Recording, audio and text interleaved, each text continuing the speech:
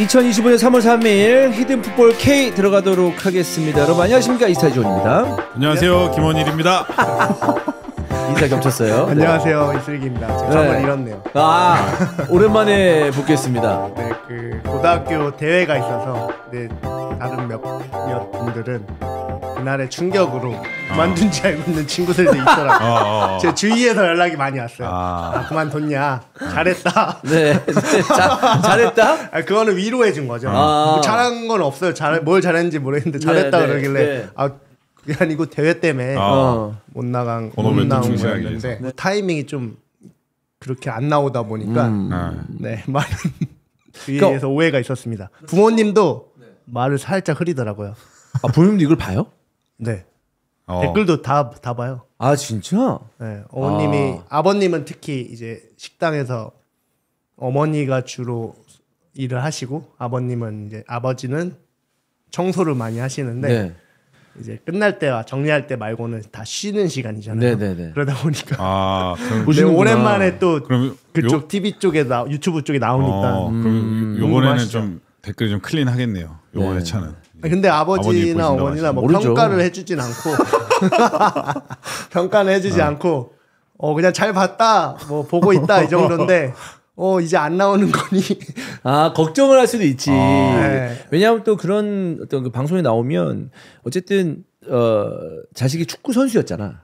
뭐 다른 일을 하더라도 좀 응원을 하겠지만 축구 선수 출신이 축구랑 관련된 일을 하고 있고 또 뭐 분석하거나 이야기하는 곳에 나온다라고 하면 훨씬 더 좀 기분 좋을 수가 있거든요, 사실.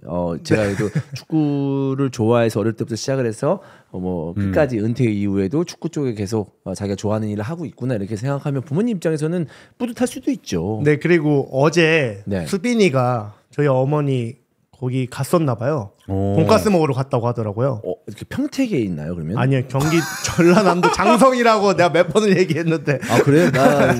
리버사이드. 전라남도 장성. 그랬던 것 같아. 근데 수빈이가 몇 번 가려다가 못 갔는데 어제 왔다고 하더라고요. 엄마가 연락이 왔어요. 그 방송 아직도 나가니? 이러더라고요. 그래서 그 말은 저번 방송을 보셨구나. 근데 뭔가 불안함을 감지하셨나봐요. 열심히 잘 나가고 있다. 그래, 뭐 잘해봐 이러더라고요. 근데 어쨌든 잘 해보겠습니다. 그래서 이제 그 이슈 터지고 나서 나름의 어떤 그 해명을 했죠. 2주 동안의 어떤 심경의 변화. 나 이제 그 성주가 하는 방송을 보면서 어떻게 방송을 해야 되겠다 이런 생각도 좀 했을 거 아니에요. 성주가 근데 좀 치더라고요.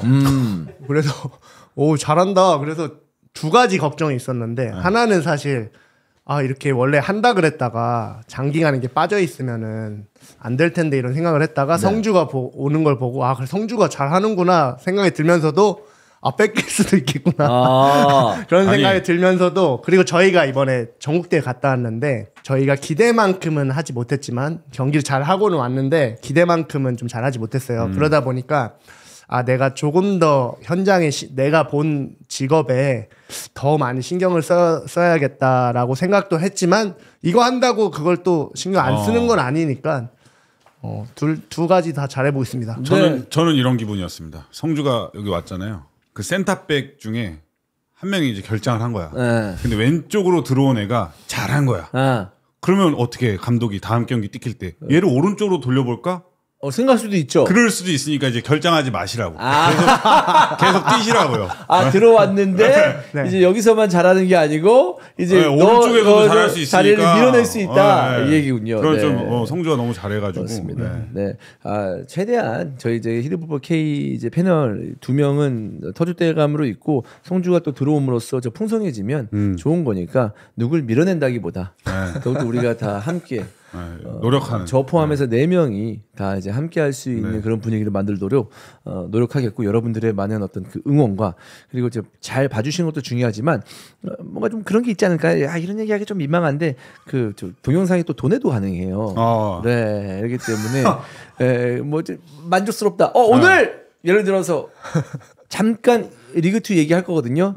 인천 팬 기분 좋습니다 하면서 인천 팬들이 준다거나 울산 팬들이 뭔가 그런 느낌으로 하면 솔직히 정말 큰 힘이 됩니다. 그러면 우리가 좀 더 힘을 받아서 그렇죠. 또 더 많은 인원들이 더 풍성한 이야기를 할 수 있으니까 그런 것도 아우 작은 금액 소액이라고 생각하지 않습니다. 작은 금액도 아니에요. 아주 그냥 그 최소한의 금액도 저희는 크게 받아들이기 때문에 여러분들 많은 그 후원 응원 부탁드리겠습니다. 이거 편집하지 마세요. 네. 히든풋볼 이렇게 살아야 됩니다. 파이팅 합시다. 네, 좋습니다. 자, 잠깐 말씀을 드렸는데 리그2 이야기를 안 할래 안 할 수가 없습니다. 저희가 뭐 의도적으로 리그2 이야기를 안 하는 건 아니고 리그1 얘기하기에도 좀 빠듯하긴 합니다. 그러나 오늘 대체 휴일인데 서울하고 김천 경기가 있습니다. 그 경기가 지금 2시에 지금 시간상으로 곧 있으면 시작을 하는데 그거 다 보고 우리가 리뷰하고 하면 오늘 히든풋볼 K가 못 나와요. 그렇기 때문에 그 경기는 빼놓고 저희가 다음 라운드에 이 경기까지 포함해서 서울이나 김천 얘기할 때 포함해서 이야기할 거고 그 대신에 저희가 리그2 이야기를 한번 해보려고 합니다. 인천 대 수원 경기 있었습니다. 전석 매진 처음 있는 일이었었고요. 그리고 경기 내용도 엄청났습니다. 거의 뭐 스포츠 뉴스를 도배했다가 봐도 무방하고 전반전에만 3퇴장. 저는 거의 처음 보는 경기입니다. 전반전 3퇴장 경험해 본 적 있나요? 저는 없습니다. 없어요. 3퇴장이 있어? 또 2023년에 이제 수원이 강등되면서 인천 수원 경기 이제 쉽게 못 보겠다라고 한동안 못 보겠다라고 생각한 팬이 많았었는데 금방 두 팀이 만났고요. 그리고 은근히 리그 1에 있을 때, 그러니까 1부 리그 있을 때도 인천 수원 그 둘 경기 재밌었어요. 그렇죠? 네, 좀 치열한 경기가 많이 나왔는데 어떻게 봤어요? 일단은 어제 그림만 그 요번 그림만 놓고 본다면 만원 관중에 뭐 경기도 이기고 분위기도 괜찮고 해가지고 그래서 지금은 일단 뭐 요번 주는 행복하지 않나 그렇게 생각을 해봅니다. 그렇습니다. 그래서 내용적으로 봤을 때 체크를 했잖아요. 어땠어요? 근데 이게 제가 뭐 깊게 얘기할 건 아니고 깊게 얘기할 수가 없어요. 퇴장을 많이 당해서 그 경기를 보면은 훈련 같아요. 사람이 너무 없으니까 훈련 같은 상황이 됐고 아마 감독 코칭 스태프가 진짜 당황을 했을 것 같은데 저는 첫 번째 맨 처음에 인천이 퇴장 당했을 때 5-3-1로 바꿨어요. 델브리지를 넣어서 5백을 유지하면서. 근데 저는 한 명 퇴장 당했을 때 그게 가장 이상적인 형태라고 생각을 하거든요. 기본적으로 5-3-1 형태가 되면 5명이 수비를 지킬 수 있고 공격 시에는 최대 양쪽 윙백이 올라가면 그나마 숫자를 많이 유지할 수 있는 형태라고 생각을 해서 5-3-1 형태가 가장 이상적인 그걸 재빠르게 바꿨고 또 상황이 바뀌었잖아요. 상황이 바뀌었는데 거기서 델브리지를 다시 뺐어요. 근데 사실 그 선택도 되게 어려운 선택일 수 있었어요. 선수를 조금 보호하기 위한. 근데도 과감하게 또 그런 선택을 하는 걸 보고 이게 승리가 이번 우연은 아니다라는 생각이 좀 많이 들었어요. 어떻게 보면 우연이라고 할 수도 있잖아요. 상대 2명 퇴장 당했고 그렇지만 이제 그 상황마다 대처를 좀 잘 하면서 이게 단지 우연만으로 이루어진 상황이 아니다라고 생각이 들어서 올 시즌 좀 인천이 많이 기대가 됩니다. 자, 본다면 K리그2 역대 단일 경기 최다 관중 1위라고 합니다. 직전은 24년에 11월 3일 수원 안산 경기에서 15,000명 정도가 왔는데 18,282명이 왔다고 하고 엄청 대혼란 속에서 경기가 시작됐습니다. 막 주차난도 있고 당연히 뭐 인파가 몰렸으니까 복잡했겠죠. 그래서 그런지 몰라도 이 선수들이 흥분했을 수도 있어요. 그리고 서로 승격을 위해서 라이벌이라고 생각을 당연히 했겠죠. 서로를 밟아야 올라갈 수 있으니까. 그런 흥분도가 좀 심했을까요? 선수들이? 진짜 밟아봐서 퇴장 나했잖아요. 문지환도 그렇고. 그렇지. 근데 그게 아마 코칭 스태프가 좀 적극적으로 더 요구를 해요. 아마. 뭐 5대5 싸움에서 5대5 절대 치면 안 된다. 리벌 싸움 이기자 하면서. 이거 파울 아니면 통과되지 않게 해라. 그런 걸 되게 강조했을 텐데 다만 이제 퇴장당한 선수들을 보면 다 베테랑 선수들이에요. 그 선수들조차도 확실히 부담감을 진짜 많이 느꼈구나 이 경기에서. 저는 사실 수원 인천이 2부로 내려가서 어떻게 보면 마음이 더 편해질 수도 있잖아요. 상대가 생각보다 1부에 했던 다른 팀들보다 약하니까. 근데 오히려 이게 더 긴장이 된다고 하더라고요. 무조건 매 경기 이겨야 되는 상황이 된 거예요. 그 전에는 어떻게든 이번 경기 진짜 열심히 해보자. 이기고 지고는 다음이고 무조건 열심히 해보자. 근데 2부로 내려간 순간 우리는 무조건 이겨야 돼. 이번 경기는 어떻게 해서도 이겨야 된다고 하니까 심적으로 더 부담이 많이 간다고 하더라고요. 당연히 그러겠지. 네, 근데 저는 오히려 부담이 안 갈 줄 알았는데 그런 것들이 확실히 영향이 있었는지 이 베테랑 선수들이 그렇게 큰 실수를 했다는 거는 어쨌든 본인들도 반성을 해야겠지만 2부 리그가 정말 부담감이 심한 리그다. 난 여기서 궁금하긴 해. 5대5 싸움에서 지지만 나도 이제 뭐 저 이제 그런 얘기 그만할게요. 그러니까 뭐 저 여러분들에 비해서는 선수 생활을 좀 오래 하지 않았지만 어렸을 때 관뒀지만 이런 얘기는 좀 그만하는 게 좋겠어. 무슨 말할 때마다 당연히 여러분하고 비교할 때 안 되지만 그걸 한 지금 200번째 하는 것 같거든요. 근데 이제 그냥 얘기할게요. 그냥 이전에 선수 생활 할 때 그런 게 있어요. 야 대가리 들이밀고 해. 5대5 해. 그렇게 하다 보면 씨발 이렇게 파울 나오면서 카드 받을 수 있잖아. 근데 그 조절의 그 상황은 그러니까 조절하는 능력은 오로지 선수의 몫이잖아요, 사실. 그러니까 들이받고 해라고 했다고 해서 지도자가 카드 받아 퇴장 받아 이건 아니잖아. 그렇죠. 근데 자극을 받는 선수도 있을 거 아니야, 괜히. 그렇죠. 근데 이거 보면은 되게 무리한 상황에서 파울이 나왔단 말이에요.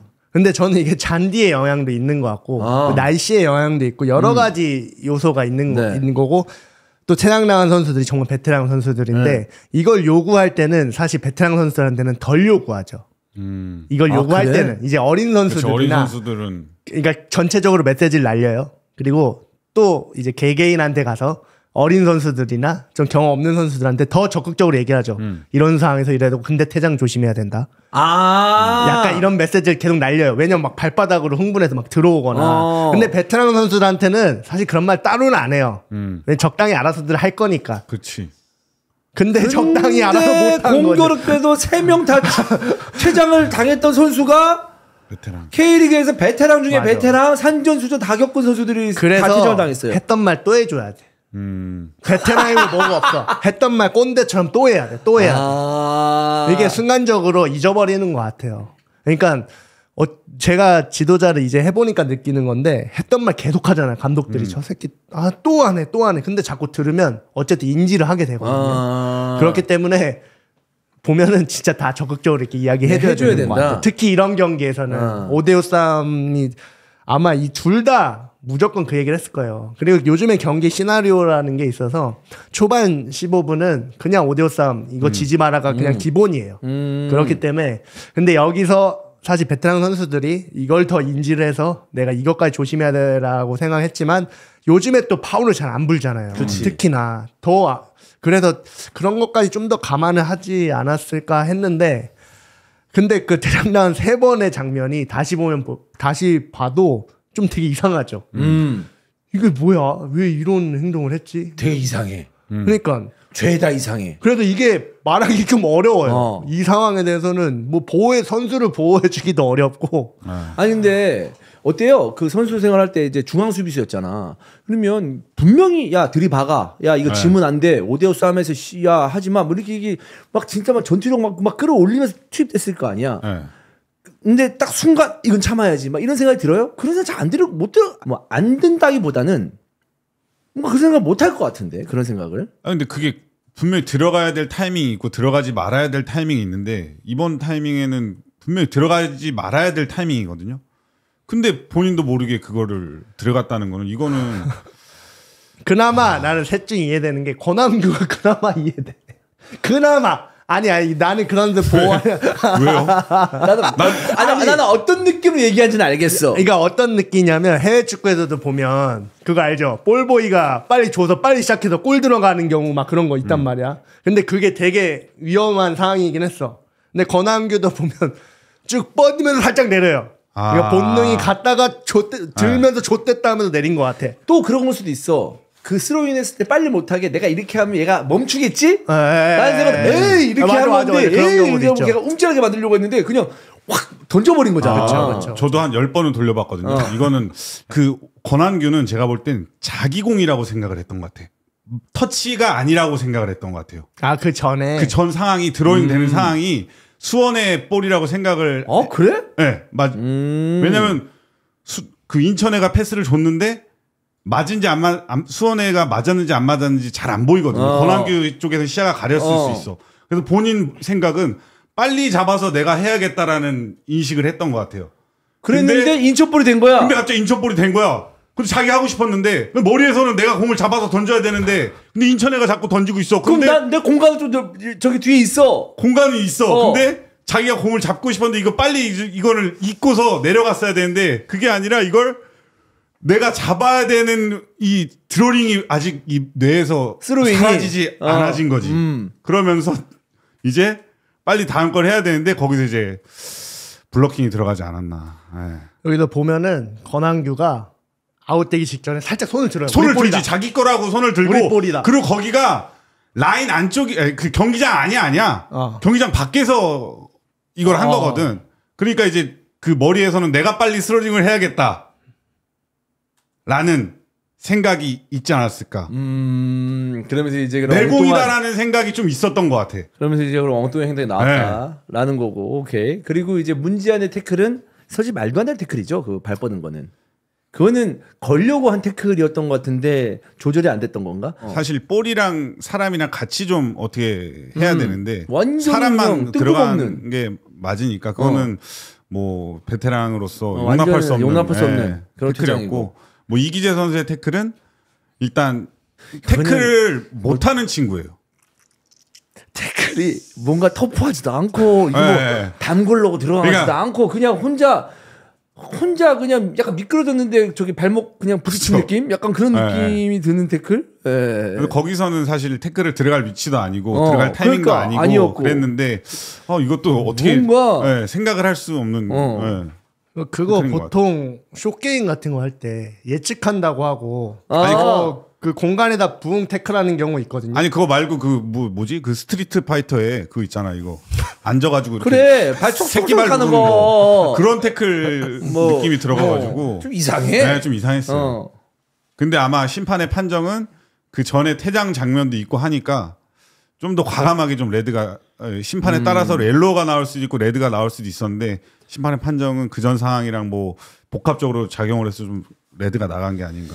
발목이 세게 들어간 거 많으니까. 네, 발목이 들어간 거 많으니까. 좀 방향이 좀 너무 안 좋았어요. 뒤에서 들어가고. 그렇습니다. 그래서 이제 뭐 많은 관중들이 이제 봤을 때 이게 뭐야 이거 이러면서 이거 뭐야 이거 뭐 코미디야? 아니면 뭐야 이거 뭐 드라마야? 뭐 이러면서 보는 사람 입장에서는 굉장히 뜨겁고 재밌는 상황이 되지 않았을까. 물론 결과적으로 수원 팬들은 어이가 없고 이게 사실 수원이 지배하면서 이길 수 있는 경기였어요. 맞아요. 경기력이 좋았어. 그리고 이게 관중들이 많이 왔잖아요. 그러면 제 생각에는 한 1,000명 정도는 축구장에 처음 온 사람도 있었을 것 같아요. 많았을 것 같아. 더 많았을래나? 더 많았을 수도 있어. 어쨌든 근데 다행히 인천이 이겨서 재밌다고 느꼈을 것 같아요. 만약 인천이 졌으면 뭐 인천 되게 안 좋게 생각할 수도 있었는데 그래서 좀 다행이었던 경기가 되지 않았나. 되게 재밌게 보았던 경기가 아니었을 거라는 생각이에요. 골도 2골 정도면 잘 터진 거고. 근데 그게 있잖아요. 11대 10 버티는 거하고 10대 9 버티는 것도 다르잖아. 그쵸. 9에 있는 팀은 진짜 공간이 진짜 너무 넓은 거잖아요. 맞아요. 한 명 차이 똑같은 한 명 차이이긴 하지만 힘들면은 사실 11명이 다 있어도 공간이 되게 넓게 느껴지는데 그 상황 이런 상황이면 사실 이 상황을 훈련해보기도 그렇고 참 어려운 상황이에요. 그래 훈련을 어떻게 해. 멤버 구성으로 보면 8대8 축구 하잖아요. 인천이 거의 지금 거의 상위권 될 수 있어요. K리그 1에서도. 왜냐면 바로 제르소 공간 이렇게 뭐 거의 뭐 이용할 수 있으니까. 네, 이용할 수 있으니까 좋은 구성을 갖췄는데 또 거기다가 이제 또 상대팀까지 퇴장당한 상황에서는 인천이 좋은 이길 수 있는 그런 거를 갖춘 상황에서 이겼다. 그러니까 어쨌든 되게 대혼란이 인천 입장에서도 대혼란이 왔을 수 있는 상황이에요. 본인들도 퇴장이 당했기 때문에 공간이 많기 때문에 역습을 당할 수 있는 상황이었는데 그래도 윤정환 감독이 그 적재적소에 대처를 잘했다. 그 타이밍도 그렇고 나쁘지 않은 것 같아서 다만 운으로만 이겼다고 생각하기에는 그런 건 아닌 것 같고 그냥 완벽하게 인천이 이겼다고 생각을 합니다.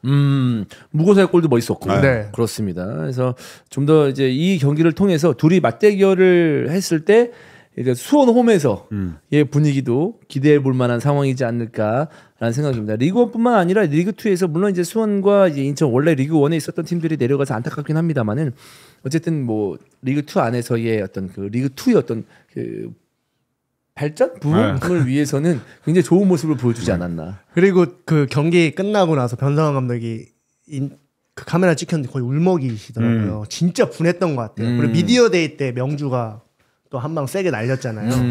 그리고 여러모로 많이 준비를 한 거 나온 것 같은데 준비한 게 사실 다 어그러지다 보니까 완전 어그러졌지. 네. 퇴장당한 장면도 둘 다 안 좋았어. 오히려 문지한 퇴장은 야, 어떻게 저렇게 퇴장당하냐 하면서 이제 감독 입장에서 또 야, 임마 그렇게 퇴장당하면 돼 임마 네가 베테랑이 할 말이 할 수 있는데 아니 이기재하고 그 뭐야 그 권학규 퇴장 어떻게 얘기해야 돼? 그거는 너 웃기러 왔냐 너네들? 뭐 이렇게 얘기해야 돼? 뭐 너 코미디언이야? 뭐 이렇게 얘기해야 돼? 뭐 어떻게 해야 돼? 가만히 있지 않겠다고 인터뷰했던데. 꿈에서도 아마 상상하지 못한 플랜이지 않을까 이거로. 그렇습니다. 자, 아무튼 재밌는 경기였었고 회자가 많이 됐던 리그2 경기 특별하게 인천과 수원의 경기를 얘기해봤고요.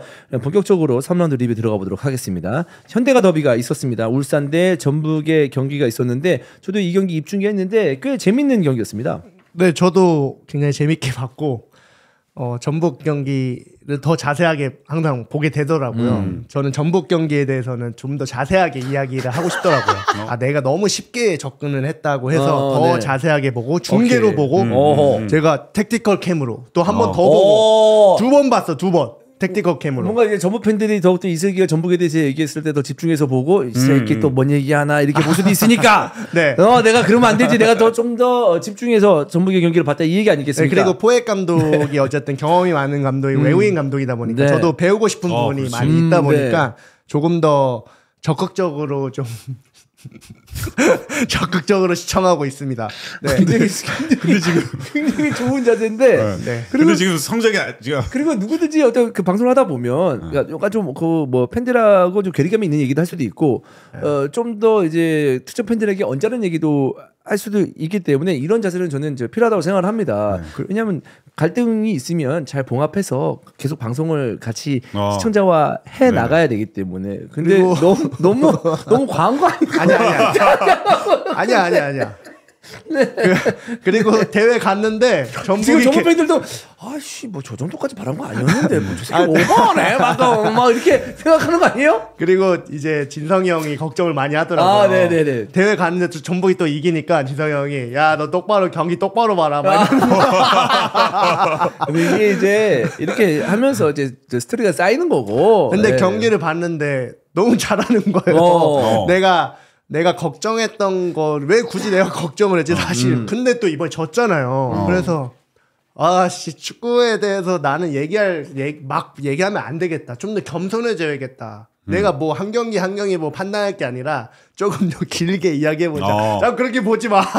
그래서 지금 얘기할 게 있는데 좀 더 지켜보자는 우리 오늘 그러니까 제가 이제 전북 울산 사실 저는 경기를 볼 때 결과도 중요하지만 과정이 정말 중요하다고 봐요. 특히 리그 같은 경우는 한 시즌을 끌고 가야 돼 있어서 이제 경기를 보면서 이 사람이 어떤 공격 형태를 유지하고 수비 형태를 이제 그 게임 모델이라고 하잖아요.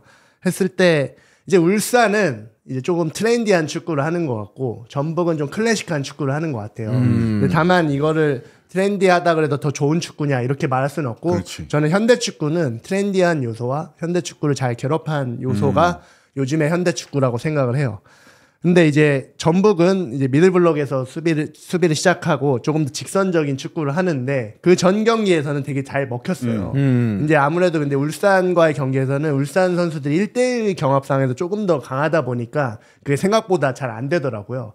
그리고 이제 지금 전북을 보면 그 콤파뇨를 활용해서 조금 더 직선적으로 때려놓고 양 측면 윙어들, 양 측면 윙백들 그리고 미드필더들도 조금 클래식한 예전부터 이제 검증된 축구 이제 각 포지션에서 명확한 역할을 가지고 한 가지 역할을 가지고 집중하는 축구. 그래 측면에 윙 가면 돌파해서 크로스. 그리고 미드필더는 세컨볼에 집중하고 이런 축구를 한다면 울산은 풀백들이 조금 다양하게 뭐 미드필더 역할도 해주고 윙어 역할도 해주고 좀 다양하게 움직이면서 이런 축구를 했는데 그래도 좀 되게 재밌게 보이더라고요. 네. 요즘에 이제 이걸로도 많이 싸우거든요. 그러니까 예를 들면 과르디올라 안첼로티 감독이 있다고 하면은 안첼로티 감독이 이런 인터뷰를 되게 많이 해요. 요즘 지도자들 보면 너무 전술적인 이야기를 너무 많이 한다. 근데 선수들의 장점을 더 이야기를 해야 된다. 이런 이야기들을 많이 하고 펩 과르디올라 같은 경우는 모든 상황을 통제시켜야 된다라고 이제 과정을 많이 설명을 하는데 이런 걸로 봤을 때 전북은 조금 선수들의 역할은 한정적으로 주면서도 좀 개인의 자율성을 많이 주는 것 같고 울산은 이제 포지션에 조금 통제를 주면서도 그 포지션에 대해서 좀 자율성을 주는 것 같고 그러니까 조금 다른 축구를 완전히 한 거죠. 근데 이제 결국은 울산이 조금 더 밀어붙이는 형태로 경기가 끝났어요. 근데 이제 과연 이거를 그냥 단지 누가 잘했다라기보다는 앞으로 이런 거를 좀 더 주의 있게 보면 재밌지 않을까라는 생각이 들어요. 네. 직접 가서 봤잖아요. 네. 그리고 그 경기 전에 프리뷰 왔는데 굉장히 그 방송에서는 듣기 이제 쉽지 않은 킹 받는다라는 그 얘기를 하더라고. 그래서 야, 킹 받는다는 얘기를 하네 이제 방송에서. 킹 받력 그래서 뚝배기 이런 얘기를 하더라고. 그러니까. 네. 그래서 야, 이게 방송에서 저런 얘기를 하는구나. 저한테는 더 편하게 해. 막 이렇게 편해야지 그래요? 뭔가 나온다고 더 편하게 하라고 그렇게. 네. 그래서 거기서 김판공 감독님 헤어 뭐 바르시냐. 그런 거 물어보고. 뭐 바른데? 작은 조카가 소개시켜준 제품 바르고 이제 딸이 좋아하기 때문에 머리는 이제 자를 수 없다. 계속 어울려. 스타일로 가겠다. 진짜 스타일 좋아요, 저는 또 울산 HD 좀 얘기를 해보고 싶은데 이 울산이 리그에서 터트린 3골 중에 관여를 2명이 했어요. 3골 다. 보야니치 그리고 허율 2명이 3골에 다 관여를 했는데 허율 같은 경우는 굉장히 포스트 플레이가 좋아서 대전전에 그 윤재석 득점할 때도 안톤을 그냥 날려버렸어요. 그리고 보야니치가 올려준 거 헤더로 골 넣고 이번 경기도 보야니치가 득점할 때 그 크로스 상황에서 완전히 또 김태환인가를 등지면서 날려버렸는데 허율 울산 어울린다. 기대해볼만 하겠다는 그런 느낌을 받았습니다. 허율 좋은 선수더라고. 네. 근데 나는 이 허율 얘기 나와서 하는 말인데 되게 적극적으로 본인의 역할을 해준다는 거 좋지만 저는 이 경기에서도 한계도 느꼈거든요. 그러니까 그 한계를 깨라는 거지. 그러니까 저 선수 한계니까 저 정도밖에 안 될 뜻이 아니야. 이제 울산에 왔잖아요. 근데 나는 더 잘해야 된다고 봐요. 그러니까 신교적으로 나가는 볼이 몇 개 있었어요. 있었잖아요. 난 그거는 이제 냉정하게 봐야 된다고 봐. 그거는 연결해줘야 되고. 해줘야지. 잡아줘야지. 마무리도 해줘야 되는데 이제 뭔가 그 박스 안에서나 아니면 박스 밖에서 거머졌을 때 수비수들이 튕겨져 나가고 또 볼이 또 연결되고 그게 또 득점으로 터지면서 저도 사실 이게 갸우뚱했었거든요. 많이. 울산 HD에 과연 어울리는 공격수일까라고 갸우뚱했었는데 이번 경기를 통해서 그래도 많이 발전될 수 있겠다. 그리고 또 같은 팀 선수가 좋다라고 얘기를 하는 이유가 있구나라는 그런 느낌은 들더라고요. 그러니까 성실한 건 좋은데 저는 좀 더 부드러웠으면 좋겠다 이거지. 그러니까 뭐냐면 우리가 트래핑을 했을 때 이게 잘 잡아놓는다라고 하는 거와 그다음에 이건 좀 실수했다라는 그게 있는데 어쩐 장면에서는 너무 좀 투박한 장면들이 좀 있으니까 그거는 좀 숫자를 좀 줄여야 되지 않을까라는 생각인데 물론 나만의 생각일 수도 있는데 허율은 어떻게 생각하세요? 물론 장점은 있죠. 네. 저는 장점이 이제 보니까 경기를 보면은 허율이 빌드업 상에서 되게 많이 관여를 해요. 미들 지역에서 플레이. 그리고 수비할 때 압박 트리거라 해서 압박 신호를 주면서 첫 번째 압박 그 타이밍을 잡아서 전방 압박 타이밍을 잡는데 그 역할을 굉장히 잘해주고 있고 또 이제 공중볼이나 세트피스 수비 공격 상황에서 모두 좋은 장면을 보여주고 있는데 다만 아쉬운 게 말한 것처럼 그 파이널 서드 페널티 박스에서 약간의 둔탁함. 근데 그거는 타고난 그게 있는 것 같아요. 파이널 서드에서. 그래도 아마 감독이 이 선수에게 20골을 막 요구하진 않을 거예요. 근데 앞에서 많이 떼어주고 뭐 수비 상황에서도 세트피스도 요즘 수비 득점이 많이 나오잖아요. 그런 거에 더 관여를 해주고 하는 거에 더 지금 에너지를 쓰는 것 같고 보니까 미드필더 센터백이 볼을 잡았을 때 그 앞에까지 공간을 나와서 볼을 소유를 잘 해주거든요. 그런 부분에 있어서 전술적 이해도가 워낙 좋다 보니까 지금 그리고 전술적으로 보면은 윙백이 이제 미드필더 역할도 해주고 공격수가 최전방 공격수가 미들 지역에 내려와 주기도 하고 그런 많은 역할이 있는 것 같아요. 근데 그 역할을 잘 실행해주다 보니까 경기에 나오는 것 같아요. 근데 말한 것처럼 이제 클래식한 축구 스트라이커는 박스에서 잘해야지 그 부분이 좀 아쉽긴 하죠. 근데 요즘에서 어울리는 축구를 하는 것 같아서 저는 되게 괜찮게 보는 것 같아요. 그렇습니다. 네. 저는 좀 더 부드러운 느낌을 주면은 본인의 포인트가 더 늘어나지 않을까라는 생각인데 어쨌든 그 외적의 역할에 대해서 움직임에 대해서는 좋은 평가를 하고 있으니까 좀 더 지켜볼 필요가 있겠습니다. 자, 그러면 전분위기 또 잠깐 넘어가 보면 워낙 이 경기가 또 빅경기였기 때문에 저는 이제 이 경기를 봤을 때 전북이 울산하고 가장 큰 차이가 있었던 부분이 뭐냐면 저는 이영재와 이승우 한국영이었다고 봅니다. 미드필더 라인에서의 우리가 또 너무 이제 중앙 미드필더 뭐 10번 뭐 그런 역할을 해야 될 선수들이 뭐 화려할 필요는 없지만 어느 정도는 번뜩이는 어떤 창의적인 플레이나 번뜩이는 플레이가 보여줘야 되는데 울산은 있었지만 전북에서는 그건 없었다. 저는 이렇게 생각이 들거든요. 물론 이제 반대편에 있는 울산의 수비진이 그만큼 좋았다는 얘기도 되겠지만 그런 부분에 대해서 좀 아쉬움은 좀 있었어요. 그 이영재 선수가 이제 보면은 8번 역할을 해요. 8번 역할이라고 하면은 중앙 이제 박스 투 박스 미드필더 같은 역할 어떻게 보면 어울리지 않는 것 같은 역할이기도 하지만 이 선수가 GPS 데이터를 보면 정말 많이 나와요. 좀 신기할 정도로. 사실 이제 저도 코칭 스태프 입장에서 보면은 이영재 선수가 많이 안 뛰는 것 같이 보이는데 이제 전술 화면을 영상 화면으로 보면 이 선수가 좀 많이 뛰면서 구석구석 잘 메워주거든요. 근데 그런 건 있어요. 1대1 경합상에서 조금 볼이 흐르거나 상대방 쪽으로 유리하게 가거나 압박을 당하면은 좀 위험한 위치에서 뺏기거나 이런 부분이 있는데 아마 이 선수가 보면은 김진규 선수나 건창훈 선수나 미드필더 다른 선수들보다 중용을 받고 있잖아요. 중용을 받고 있는 이유가 그 GPS 데이터가 좀 많이 나오고 확실히 훈련장에서의 모습이 좋아서 많이 나오는 것 같은데 말한 것처럼 이번 경기에서는 좀 많이 아쉬웠죠. 좀 김민혁, 보야니치, 라카바에 비해서는 조금 부대끼는 모습이 좀 보였는데 근데 저는 그 이유도 있었던 것 같아요. 울산이 볼을 가졌을 때 수적 우세 상황을 굉장히 잘 만들었어요. 그러다 보니까 한국영, 이영재, 그 이승우 선수가 좀 과부하가 왔어요. 수비하면서. 그러다 보니까 볼을 가졌을 때도 조금 제 기능을 하지 못하지 않았나. 그런 거에 있어서는 울산이 빌드업 상황에서 대처를 잘하면서 상대방 균열을 좀 많이 일으켰다. 그러게 누적되면서 결국에는 울산이 승리하지 않았나 이런 생각이 들어요. 다만 개인으로 평가하기에는 조금 많이 아쉬운 건 있는 것 같아요. 네. 저도 처음 봤을 때는 이제 경기 초반이랑 40분까지는 한국영 선수가 좌우로 그 원 볼란치로 좌우로 다 커버를 했거든요.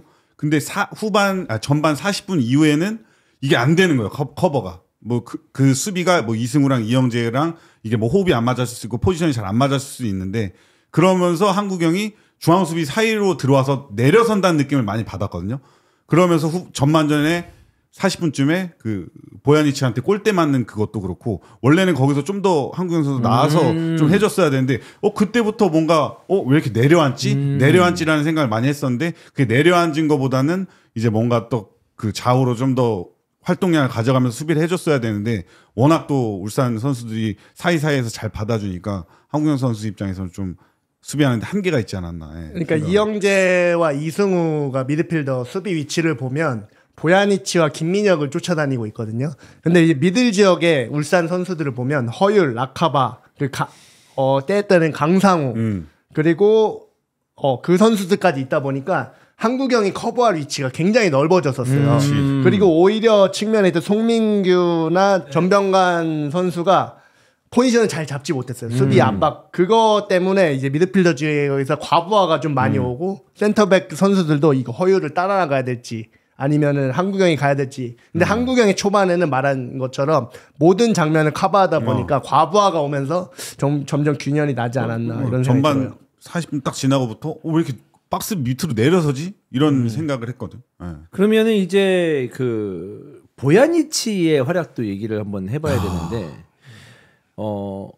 거의 톱입니다. 지금 미드필더 라인에서의 보야니치의 퍼포먼스는 지난 경기에도 그랬었고 이번 경기에서도 패스의 타이밍이나 패스의 질이 너무나 좋았기 때문에 울산 앞에 있는 선수들을 잘 활용해 주지 않나라는 생각이거든요. 그러니까 지난 시즌 김판고 감독이 부임하고 나서 전술적으로 공격적으로 조금 볼을 더 소유하고자 하는 그런 움직임들이 많이 보였거든요. 근데 올 시즌 그게 조금 더 안정화가 되면서 보야니치가 조금 더 자신감을 갖고 있는 것 같아요. 우리 선수가 어디에 있다라는 걸 명확히 알다 보니까 시간이 지날수록 호흡이 많이 맞다 보면 그런 게 느껴지잖아요. 그러다 보니까 보야니치가 더 장점을 살릴 수 있는 것 같고, 전 옆에 김민혁 선수가 정말 잘하는 것 같아요. 보야니치가 이제 사실 조금 자유롭게 뛰어다니거든요. 근데 이게 호흡이 맞지 않으면 막 겹치거나 볼을 받을 때 수비 위치가 좋지 않거나 할 수 있는데, 김민혁이 적재적소의 위치에 딱 배치가 되면서 보야니치가 정말 편안하게 축구를 할 수 있게 만들어준 것 같아서 저는 김민혁이 되게 숨은 그거 공신이지 않을까. 네. 맞아요. 제가 지난 경기에도 얘기했잖아요. 김민혁 선수가 난 이상하게 그 느낌상인지 모르겠지만 벌크업도 한 것 같고, 옛날에 어렸을 때는 그냥 10번에서 아기자기하게 공차는 선수인 줄 알았는데 저기서 이렇게 하는 거 보니까 되게 본인이 프로 선수로서 이 팀에서 살아남기 위해서 참 많은 노력을 했구나라는 게 좀 엿보이더라고요. 저는 이번 시즌에 특별히 더 초반이긴 하지만 뭐 이번 시즌에 또 이번 시즌 끝나고 FA 선수라고 그러더라고요. 본인이 또 그러고 살아남아야 되는 것 때문에 스타일 변화를 시도를 했고, 또 저는 헤더가 장점인지 몰랐거든요. 근데 헤더가 좋대. 그러니까 보야니치랑 어울리는 거야. 그러면서 뭐 수비 상황에서 또 헤더도 많이 해주고, 또 몸싸움 같은 것도 본인이 변화를 많이 시도를 했다고 하더라고요. 그래서 완전 도끼를 품었다. 예. 나오는 데는 선발로 이렇게 멤버가 좋은 데서 선발로 나오는 데는 본인의 뭔가 조금의 변화가 있다든지 이유가 있는 거거든요. 저는 요번에도 나와서 굉장히 좋은 활약을 펼쳐줬다고 생각을 하고, 이 보야니치가 경기장에서 보는 시야가 제가 관중석에서 보는 시야보다 더 좋아요. 나는 거길 못 봤거든. 왜 못 보는 게 아니면 거기에 선수가 있어도 우리가 그 보는데 거기에 볼이 투입될까? 그러니까 볼줄이라고 하잖아. 볼이 들어갈 수 있는 길이 있나? 라고 생각했는데 없거든, 우리가 봤을 때. 근데 그 길을 이상하게 타이밍으로 베스트 퀄리티 그걸 만들어내더라고. 그 어떤 장면에서 저는 느꼈냐면, 저는 인버티드 윙백 저는 사실 별로 안 좋아하거든요. 왜 풀백이 안으로 들어와가지고 왜 그러는 거야? 벌려서 크로스 올리고 하면 되지. 근데 강상우가 계속 안쪽으로 들어와요. 그래서 아니 뭐 저기 가서 볼을 몇 번이나 만져? 이런 생각을 하고 있었거든요. 근데 보야니치가 전반전인가 후반전에 강상우한테 그냥 안으로 들어와 있는데 그 박스 바깥에 거기다 패스 넣는 장면이 있거든요. 근데 저는 그거 관중석에서 보는데도 패스길이 있는지 보이지도 않았어요. 근데 그걸 넣는 모습을 보고 얘는 진짜 수가 한 3개는 위에 있다. 예. 타이밍도 잘 뺏어요. 맞아요. 느린 듯 하면서도 그 볼들이 다 통과가 되니까 수비수 입장에서는 좀 난감할 것 같은데, 어쨌든 보야니치가 득점까지 성공을 하면서 결승골까지 기록하면서 대단한 모습을 보여줬었고, 저는 이제 나중에 고승범이나 뭐 김진규라는 이런 좋은 중앙 미드필더 자원들이 있기 때문에. 김진규? 아니야. 김진규란다. 이규성. 죄송합니다. 이규성이나 김진규는 전북 선수. 그렇죠. 이기성이나 고승범 같은 좋은 선수들이 있기 때문에 그 선수들이 복귀한다고 했을 때 보야니치를 좀 더 윗단계에서 더 다양하게 쓸 수 있는 전술적인 변화도 생각해 볼 수도 있겠고, 또 하나 김영건이나 서명관 이런 식으로 수비해주면 콤파뇨 네. 아무것도 없었습니다. 서명관이 진짜 제대로 보여준 거. 서명관 대표 될 것 같은데? 맞아. 대표급 느끼셨어요? 네. 대표 될 것 같은데? 저는 딱 얘 대형 센터백 자질 갖췄다. 네. 그렇습니다. 왜 그러냐면 인터뷰했거든요, 끝나고. 근데 저는 가까이서 본 건 처음이에요. 그리고 카메라에 클로즈업 된 것도 거의 좀 그런 이미지인지는 몰랐어요. 얘가. 딱 웃는데 뻐드렁이가 났더라고요. 갑자기 그래서 그러니까 대화를 해봤는데 이거는 긁지않은 복권이야. 원석이야. 이거 다듬으면 진짜 선수 된다. 네. 그리고 뭔가 이 들뜸도 없고, 그러니까 낮은도 없고, 플레이에 그게 없더라고. 플레이에는 그것도 없지만 이제 대화를 해봤을 때 그래, 대화도 인터뷰를 했는데 뭔가 빈틈이 없는 거예요. 이 들뜸도 없고 낮은도 없고 막 이 애가 차분한 거예요. 그래서 난 얘 지금 경기 뛰고 나온 애 맞나? 이런 생각이 들 정도로 뭐 어린 선수답지 않게 좀 차분함이 있었던 그런 기억이 있습니다. 이 선수가 부천에서 경험을 쌓고 이렇게 올라왔잖아요. 그래서 그 경험이 진짜 큰 것 같아요. 그리고 진짜 어린 선수들이 확실히 경기를 그 나이 때 많이 뛰고 와야 돼요. 그게 진짜 중요한 것 같아요. 그래서 22세 룰 빨리 없애주세요. 많이 뛰고 오라며. 22세 룰이 있기 때문에 뛴 거 아니야. 근데 이 선수가 2부 리그로 갔잖아요. 근데 22세 룰 때문에 어쩔 수 없이 22세 선수 영입하는 경우가 있어요. 근데 저는 22세 선수가 3부든 2부든 3부든 무조건 풀타임 경기를 많이 뛰어야 된다고 봐요. 22세 룰 때문에 짧게 뭐 이렇게 뛰는 게 아니고 그래서 더 뛰고 싶으면은 하브리그에 가서 많이 뛰고 올라와라. 무조건 경기를 뛰어야 되지. 15분, 20분. 거기 스쿼드에 들어있어가지고 그냥 22세 자원 하려고 1, 2년 보내지 말고 15분, 20분 뛰면서 무슨 말인지 알겠습니다. 근데 그 얘기도 있어요. 22세 얘기도 그만해라고. 저는 계속 할 거야. 없앨 때까지. 전 그 룰 좀 꼭 없애고 싶어요. 이런 강단은 필요합니다. 네. 스미마세 할 땐 스미마세 하면서 뭐 자기 하고 싶은 얘기는 계속 하겠다. 뭐 이런 고집은 필요하지 않나라는 생각인데 알겠습니다. 어쨌든 전체적으로 봤을 때 울산의 안정감 있는 모습 괜찮았었고 그리고 조현우 골키퍼가 없는데도 불구하고 문정인 골키퍼도 안정적인 모습을 보여줬었고 전북이라는 상태로 전북이 굉장히 좋은 경기를 한 건 아닙니다만 어쩌면 부담되는 상대로 부담되는 팀을 상대로 무실점으로 경기를 좀 막아냈다라는 거. 그리고 내용적으로 봤을 때 울산이 좋은 경기를 펼치면서 라이벌 팀에게 1대0 승리를 거뒀다. 아주 울산 입장으로서는 좋은 시나리오대로 경기가 흘러갔었고 마무리도 좋았습니다. 그리고 약간 물음표 떴던 선수가 완전히 또 느낌표로 바뀐 선수가 누구? 있어요. 라카바. 라카바? 와, 저는 근데 1, 2라운드 보고는 이거 템포 안 통하나? 이런 생각이 좀 있었거든요. K-태클 몇 번 당했거든. K-태클. 네. 근데 이번에는 진짜 생각보다 무게중심이 낮더라고요. 그러면서 발 보고 탁탁 치는데 얘 발밑으로 들어가면 진짜 이제 못 뺏는다. 얘는 진짜 K리그 수비들 템포 적응한 것 같아요. 근데 K 잔디가 또 있으니까 좀 더 지켜봐야 돼. K 잔디. 근데 좋긴 좋아. 저는 진짜 좋아. 자세가 너무 낮더라고요. 그래? 네. 저는 완전히 두 분의 평가 인정하겠습니다만은 조절이 필요하다. 조절. 저 개인적으로 볼 좀 오래 갖고 있다고 생각해요. 저는 그렇게 생각합니다. 네. 그리고 라카바의 어떤 그런 모습 때문에 엄원상이 좀 죽는 게 아닌가? 라는 생각이 들고 엄원상의 울산에서 엄원상을 어떻게 활용해야 될까?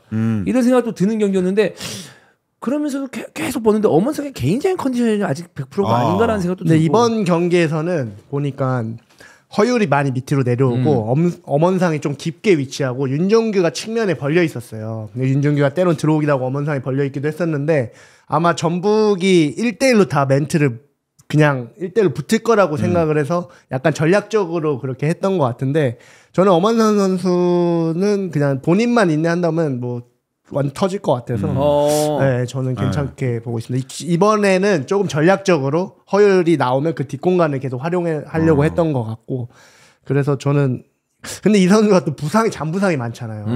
많지. 그러다 보니까 이 잔부상 관리만 좀 잘 되면은 저는 너무 좋은 선수라고 생각합니다. 네. 근데 어쨌든 라카바에 대해서는 새로운 모습을 봤고 저의 평가에 대해서는 어때요? 좀 너무 갖고 있는다. 아니에요? 저는 제 개인적으로는 이런 선수가 꼭 필요한 것 같아요. 이렇게 어려운 상황에서도 볼을 지켜주고 볼을 갖고 있어야 상대가 또 끌고 나오잖아요. 수비가. 그래야 공간이 또 만들어지고 특히 이제 내려선 상대를 많이 할 텐데 이 선수의 그 역할이 훨씬 더 중요해질 거다. 볼을 많이 갖고 있어야 선수들도 이제 많이 끌려 나오잖아요. 네. 거기서 패스의 타이밍을 적절하게 주던가 아니면 본인의 드리블 기술로 한두 명을 돌파해 나간다면 다른 데 공간을 이용할 수 있으니까 옛날에 바코처럼 그 느낌 날 수 있다는 거 아니에요? 근데 마무리가 살짝은 아쉽긴 해요. 마지막 패스나 슈팅 피니시 능력은 조금 아쉽긴 한데 드리블 돌파나 뭔가 그 안에 거기서 뭔가를 만들어내는 능력은 저는 이번 경기에 정말 깜짝 놀랄 정도로 쟤 물건이다 이런 느낌 받아요. 또 바르샤 유스 또 출신이더라고. 이승우랑 같이 라마시아. 라마시아 또 했었던 친구니까 포텐은 가지고 있다. 아무튼 나름의 실력을 갖고 있는 선수다. 네. 그리고 그 라카바의 능력에 대해서 이번 경기를 통해서 좀 더 믿음이 가게 됐다 이 얘기입니다. 그리고 또 현장에서 한 가지 느낀 거는 이 전북은 통역이 둘이 더 있어야 될 것 같은데 한두 명이. 왜? 뭔가 한 사람이 감독이랑 코칭 스태프까지 다 이 말을 전달하기에 좀 어려움이 느껴지는 것 같은 그런 느낌은 들었어요. 그리고 조금 더 강하게 좀 더 세게 진짜 자기가 감독인 것처럼 얘기를 하면 어떨까라는 그런 생각이 좀 들었고 반대로 울산 통역은 진짜 선수 같았고 선수의 말을 진짜 좀 잘 전달하는 그런 느낌은 진짜 김팡호 감독님 같은 그런 생각이 느낌을 받았어요. 울산 통역은. 네. 그래서 뭐 전북 같은 경우는 뭔가 인원이 많으니까 외국인 사단이 왔으니까 근데 한 사람이 이거를 전달하기에는 이 통역의 에너지도 좀 소비가 많이 될 거고 또 여러 사람이 말할 때는 경기장에 좀 많이 집어넣어줘야 되는데 그런 부분을 조금 저는 그 경기 외적인 걸로 좀 생각을 해봤습니다. 알겠습니다. 자, 다음 얘기 넘어가 보도록 하겠습니다. 광주 FC와 FC 안양입니다. 광주 이번 시즌에 들어서 챔스 포함해서 물론 이제 산둥전은 이제 취소가 됐으니까 그걸 제외한다면은 무패를 달리고 있습니다. 이번 시즌에. 그리고 계속 무승부를 하다가 이번 경기 오랜만에 승리를 거둔 극적인 승리를 거둔 광주고 뭐 내용을 떠나서 안양에게 이게 1부 리그다. 1부 리그에서는 끝까지 방심 못한다. 라는 걸 보여준 경기가 아니었을까라는 생각입니다. 어떻게 보였어요? 광주가 사실 멤버가 많이 빠지면서 사람들이 많이 걱정을 했는데 부상도 많았고 여전히 이제 이정효 감독님만의 축구 철학과 그 시스템이 확실히 견고하다는 거를 볼 수 있다는 경기였던 것 같아요. 나름 FC 안양도 준비를 많이 해서 잘 됐던 것 같은데 그 마지막에 역전을 당했잖아요. 또 그게 그치. 보니까 전술적인 디테일에서 조금 아쉬운 부분들이 있더라고요. 네. 이게 FC 안양 같은 경우는 전반전에 이제 김정현 선수가 이제 뭐 미드블록에서 수비할 때는 미드필더처럼 역할을 하다가도 이제 로우블록 가서는 이제 완전 센터백처럼 5-4-1 형태를 유지했었는데 후반전에는 아예 김정현 선수가 위로 올라와서 포백을 유지했어요. 네. 근데 이제 사실 그 부분에서 이제 결정적인 장면을 보면 이제 균열이 생기면서 측면에서 균열이 생겼고 그 첫 번째 골은 이제 실점 장면을 보면은 크로스 상에서 나왔는데 김정현과 이창용 선수가 순간 헷갈려하면서 실점을 당했고 그리고 아사니 골은 측면에서 근데 그 부분도 센터백 위치가 애매해졌거든요. 근데 그게 다 백포로 바꾸면서 상황이 발생되는 상황이었어요. 근데 광주 같은 경우는 워낙 하프스페이스를 이용 잘하는 팀인데 오히려 FC 안양이 후반전에 승부수를 걸어서 포백을 바꿨던 것 같은데 그 점이 좀 아쉬웠던 게 아닐까 이런 생각이 들어요. 근데 앞서고 있었는데 1대1 되고 나서 백포를 바꿨다는 얘기예요? 아니면 언제 그 승부수를 걸었다는 얘기예요? 후반전에 이제 백포를 받았는데 제 생각에는 어차피 백포로 해도 로우블럭에서 수비하는 상황이 많이 생겼을 거예요. 근데 이제 다만 윙들의 위치가 조금 더 백포면 높은 위치로 갈 수 있잖아요. 그 역습을 하나만 더 때려 넣으면 이거는 KO 시킬 수 있다라고 생각을 판단해 백포로 바꿨던 것 같아요. 그러니까 어쨌든 수비도 신경을 당연히 썼겠지만 뭔가 하나 후반전에 쟤네들이 올라올 테니까 그 공간을 한번 노려보겠다라는 판단을 했다고 보는 거죠 지금. 네, 그렇죠. 이게 광주 이제 후반전 시나리오가 있었을 거예요. 우리가 1대0으로 이겨 있을 경우 어떻게 하겠다. 근데 이제 작년 2부 리그 경기 보면 그런 경우가 되게 많았거든요. 어쨌든 한 골 넣은 상황에서 또 역습 상황 계속 만들어서 이제 상대가 힘들어하는 경기. 이제 그 상황을 이제 비슷하게 노렸던 것 같은데 이제 사실 이것도 비길 수 있는 경기였거든요. 어떻게 보면. 아니면 FC 안양이 진짜 하나 마지막에 또 극적으로 하나 때려 넣을 수도 있는 상황이었는데 그 균열을 놓치지 않고 아사니가 슈퍼골이 하나 나오면서 발생했는데 정리를 하자면은 이제 안양 같은 경우에는 백포 기반이지만 김정현을 좀 더 내려앉히냐 올려 쓰느냐의 그런 상황이었는데 근데 이게 되게 커요. 왜냐하면 크로스 상황에서 측면으로 볼이 갔을 때 하프 스페이스로 누군가가 빠져요. 그 빠진 거를 센터백이 커버할 것이냐 아니면 미드필더가 커버할 것이냐 아니면 윙이 뭐 쫓아갈 것이냐 여러 가지 그 디테일이 있는데 백포로 바뀌면 보통 센터백이 쫓아가기보다는 그 수비형 미드필더가 하프 스페이스를 빠져나온 선수 쫓아가거나 아니면 센터백이 쫓아가면 그 위치를 수비형 미드필더가 커버해 주거나. 근데 두 장면을 자세히 보면 김정현 선수가 그 순간적으로 센터백하고 사인이 안 맞아요. 그걸 어긋나면서 갑자기 두 실점다 그런 장면이 나왔거든요. 그러면 이걸 굳이 얘기해보자면 백포로 바꾼 게 오히려 조금 아쉬웠다. 그렇게 된다면은 이제 많은 숫자가 대비하고 있으니까 오히려 공간을 커버하는데 더 쉬웠을 텐데 이제 그렇게 하지 못하면서 약간의 오류가 생겼고 약간의 공간이 생기면서 거기서 실점이 일어났다. 우리가 또 1시간 반 전에 만나서 네. 실전 장면을 또 디테일하게 또 분석을 하고 왔어요. 좋죠. 네. 보니까 그 첫 사실 번째 뭔가 성주가 있었을 때 뭔가 옛날 그 아는 맛이 느껴지면서 재밌다 이런 얘기도 있었거든. 이런 생각도 들었거든요. 성주랑 얘기했을 때. 근데 지금 슬기가 얘기하는 그 이런 얘기를 들어보면 재밌으면서도 그렇구나. 좀 알아가는 느낌이 들거든.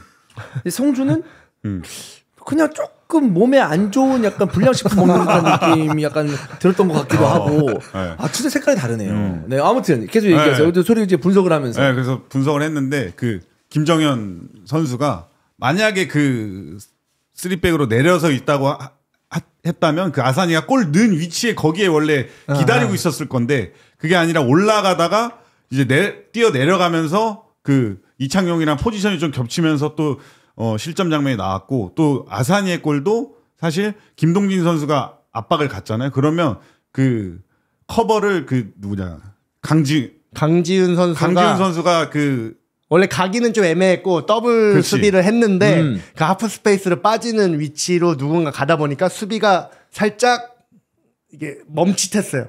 그러면서 공간이 생겼고 그 아사니가 놓치지 않았고 또 운이 좀 따랐죠. 수비 머리 맞으면서 사실 김다솜 골키퍼도 예측해갖고 그쪽으로 가 있었어요. 조금. 근데 머리 탁 맞으면서 이게 공이 뜨면서. 근데 원래 거기서 이제 강지훈 선수가 나오는 게 아니라 만약에 백파이브였으면 이제 그쵸. 센터백이 어프로치를 나왔으면 오히려 그게 더 커팅하기가 블럭하기가 좋았을 텐데 그러니까 공간이 그렇게 생기지 그렇지. 않았죠. 실점하는 장면을 보면.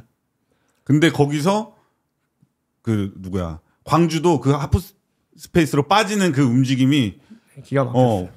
이제 그거는 정형화돼 있다. 이거 안 빠지면 그냥 이종현 감독한테 그냥 욕 먹는 거예요. 예전에 제가 그런 말을 한번 여기 와서 했었는데 이제 그런 상황에서 선수한테 선택권을 주면 하프 스페이스로 빠질 것인지 말 것인지 선수한테 선택권을 주면 힘들면 안 빠져요. 특히 이 득점 시간대를 보면 선수가 진짜 힘들 시간이거든요. 그래서 아마 나였으면 안 빠졌을 수도 있어요. 그렇지. 나한테 선택권을 줬으면 빠져라. 왜냐면 자꾸 안 주고 아사니가 안으로 치고 슈팅 때리니까. 근데 이거는 완전히 통제된 상황인 것 같아요. 감독이 여기서 무조건 빠져야 된다. 찬스 난다. 그러면 볼 줘도 되고 아니면 안으로 갖고 들어가면서 찬스 난다. 이 시스템 하나가 결정적인 골을 만들어내지 않았나.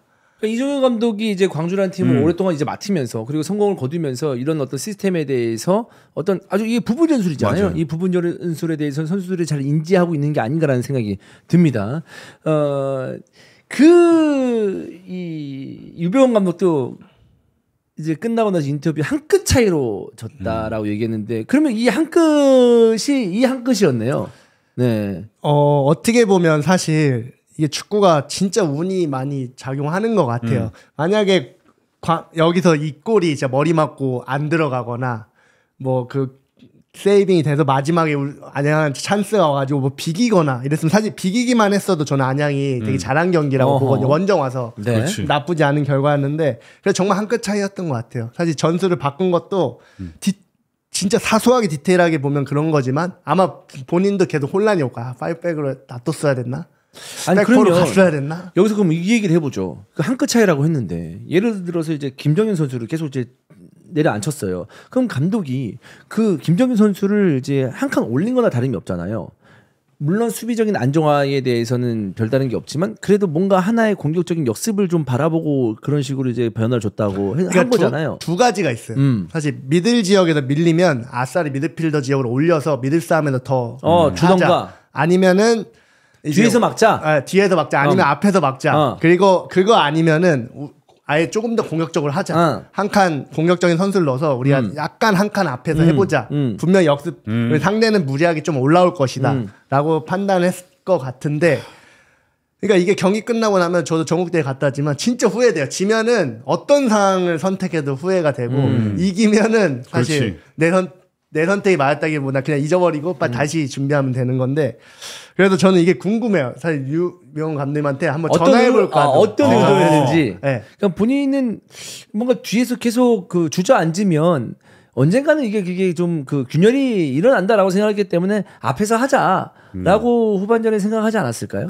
제 개인적으로는 유병헌 감독이 그 자기 축구가 확실해서 그걸 나눠준다고 해요. 경기 동계 전에 경기 전에 나눠주면은 그걸 다 습지하고 난 이런 축구를 할 테니 따라와 달라.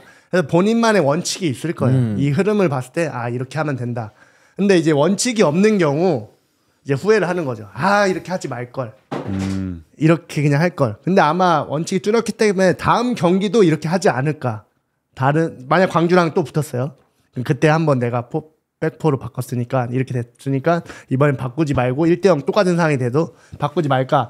그냥 이런 것들이 조금 궁금하긴 해요. 어떻게 할지. 근데 제 생각으로는 그래도 후반전에 카운터 한 번만 때리면 IKO 시킬 수 있겠다라고 생각을 판단했을 것 같아요. 경기장 그 분위기 안에서. 근데 전반전 1대0 이기고 있잖아요. 이기고 있는 상황에서 우리가 역습 한 방 야고랑 그 마테우스 후반에 들어오면 얘네들로 충분히 역습 한 방 뗄 수 있다라고 판단해서 바꾼 거지 않을까라고 생각이 들어요. 그렇습니다. 여러 가지로 어떤 그 감독의 수싸움이 있었는데 이 수싸움에서 조금은 뭔가 시스템이라고 해야 될까요? 그러니까 이정효 감독의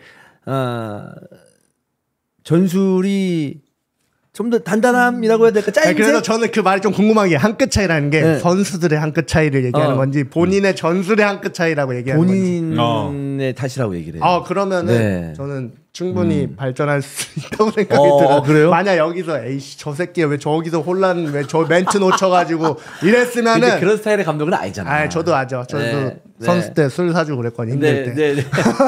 그런 스타일 감독 아니까. 그러니까 본인의 부족함 때문에 그 한 끗이 채워지지 않아서 졌다 이렇게 얘기를 했는데 그러면 그 한 끗을 다음 경기도 채울 수 있는지 한번 지켜보도록 하겠고 아사니의 그 원더골은 사실 이제 그거는 이제 막아야 돼요 이제 다른 팀들도 아산이 그렇게 들어오면 그러니까 계속 막았는데 결국에 균열이 나거든요. 그게 슈팅을 안 줄 수는 없어 아예. 근데 이제 진짜 좋은 선수로 평가받는 건 그 상황에서 진짜 운 나쁜 애들은 그렇게 슈팅 찬스 많이 만들어도 막 수비 맞고 나가고 골대 맞고 나가고 이러거든요. 그러니까 이게 좋은 선수로 평가받기 위해서는 어떻게 해서든 포인트를 올려야 되는 것 같아요.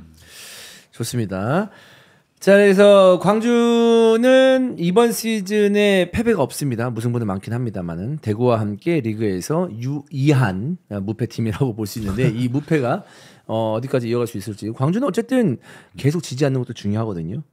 광주의 이번 홈 경기에서 승리는 또 특히나 FC 안양에게 승리한 광주의 승점 3점은 소중하다고 볼 수가 있겠습니다.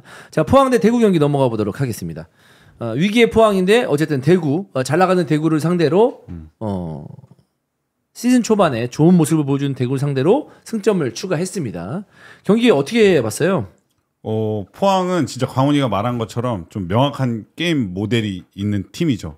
근데 이제 지금은 명확한 게임 모델은 있지만 굉장히 부담을 받고 있는 상황이에요. 계속 실점하면서 승리가 없으면서. 근데 이번 경기는 정말 수비 라인에서 심플함, 좀 안전함을 추구하면서 쉽게 한 게 무실점이라는 홈에서 무실점을 가져간 것 같고 뭐 공격 작업이나 뭐 이렇게 나쁘지 않았어요. 근데 이제 전반전에 조재훈이라든지 오베르단이라든지 이런 선수가 찬스를 잡았을 때 결국엔 축구는 득점을 해야 되는데 득점하는 부분에서는 어려움을 겪으면서 0대0으로 좀 경기가 끝났던 것 같습니다. 이게 사실 보면은 지난 시즌하고 경기력이 그렇게 많이 차이 나는 것 같지 않거든요. 근데 지난 시즌은 유난히 원더골이 많았어요. 그렇지.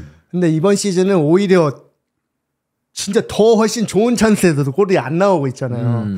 이제 그런 것 때문에 확실히 조재훈 선수 같은 경우는 무조건 넣어야 되는 사실 상황이었거든요, 득점.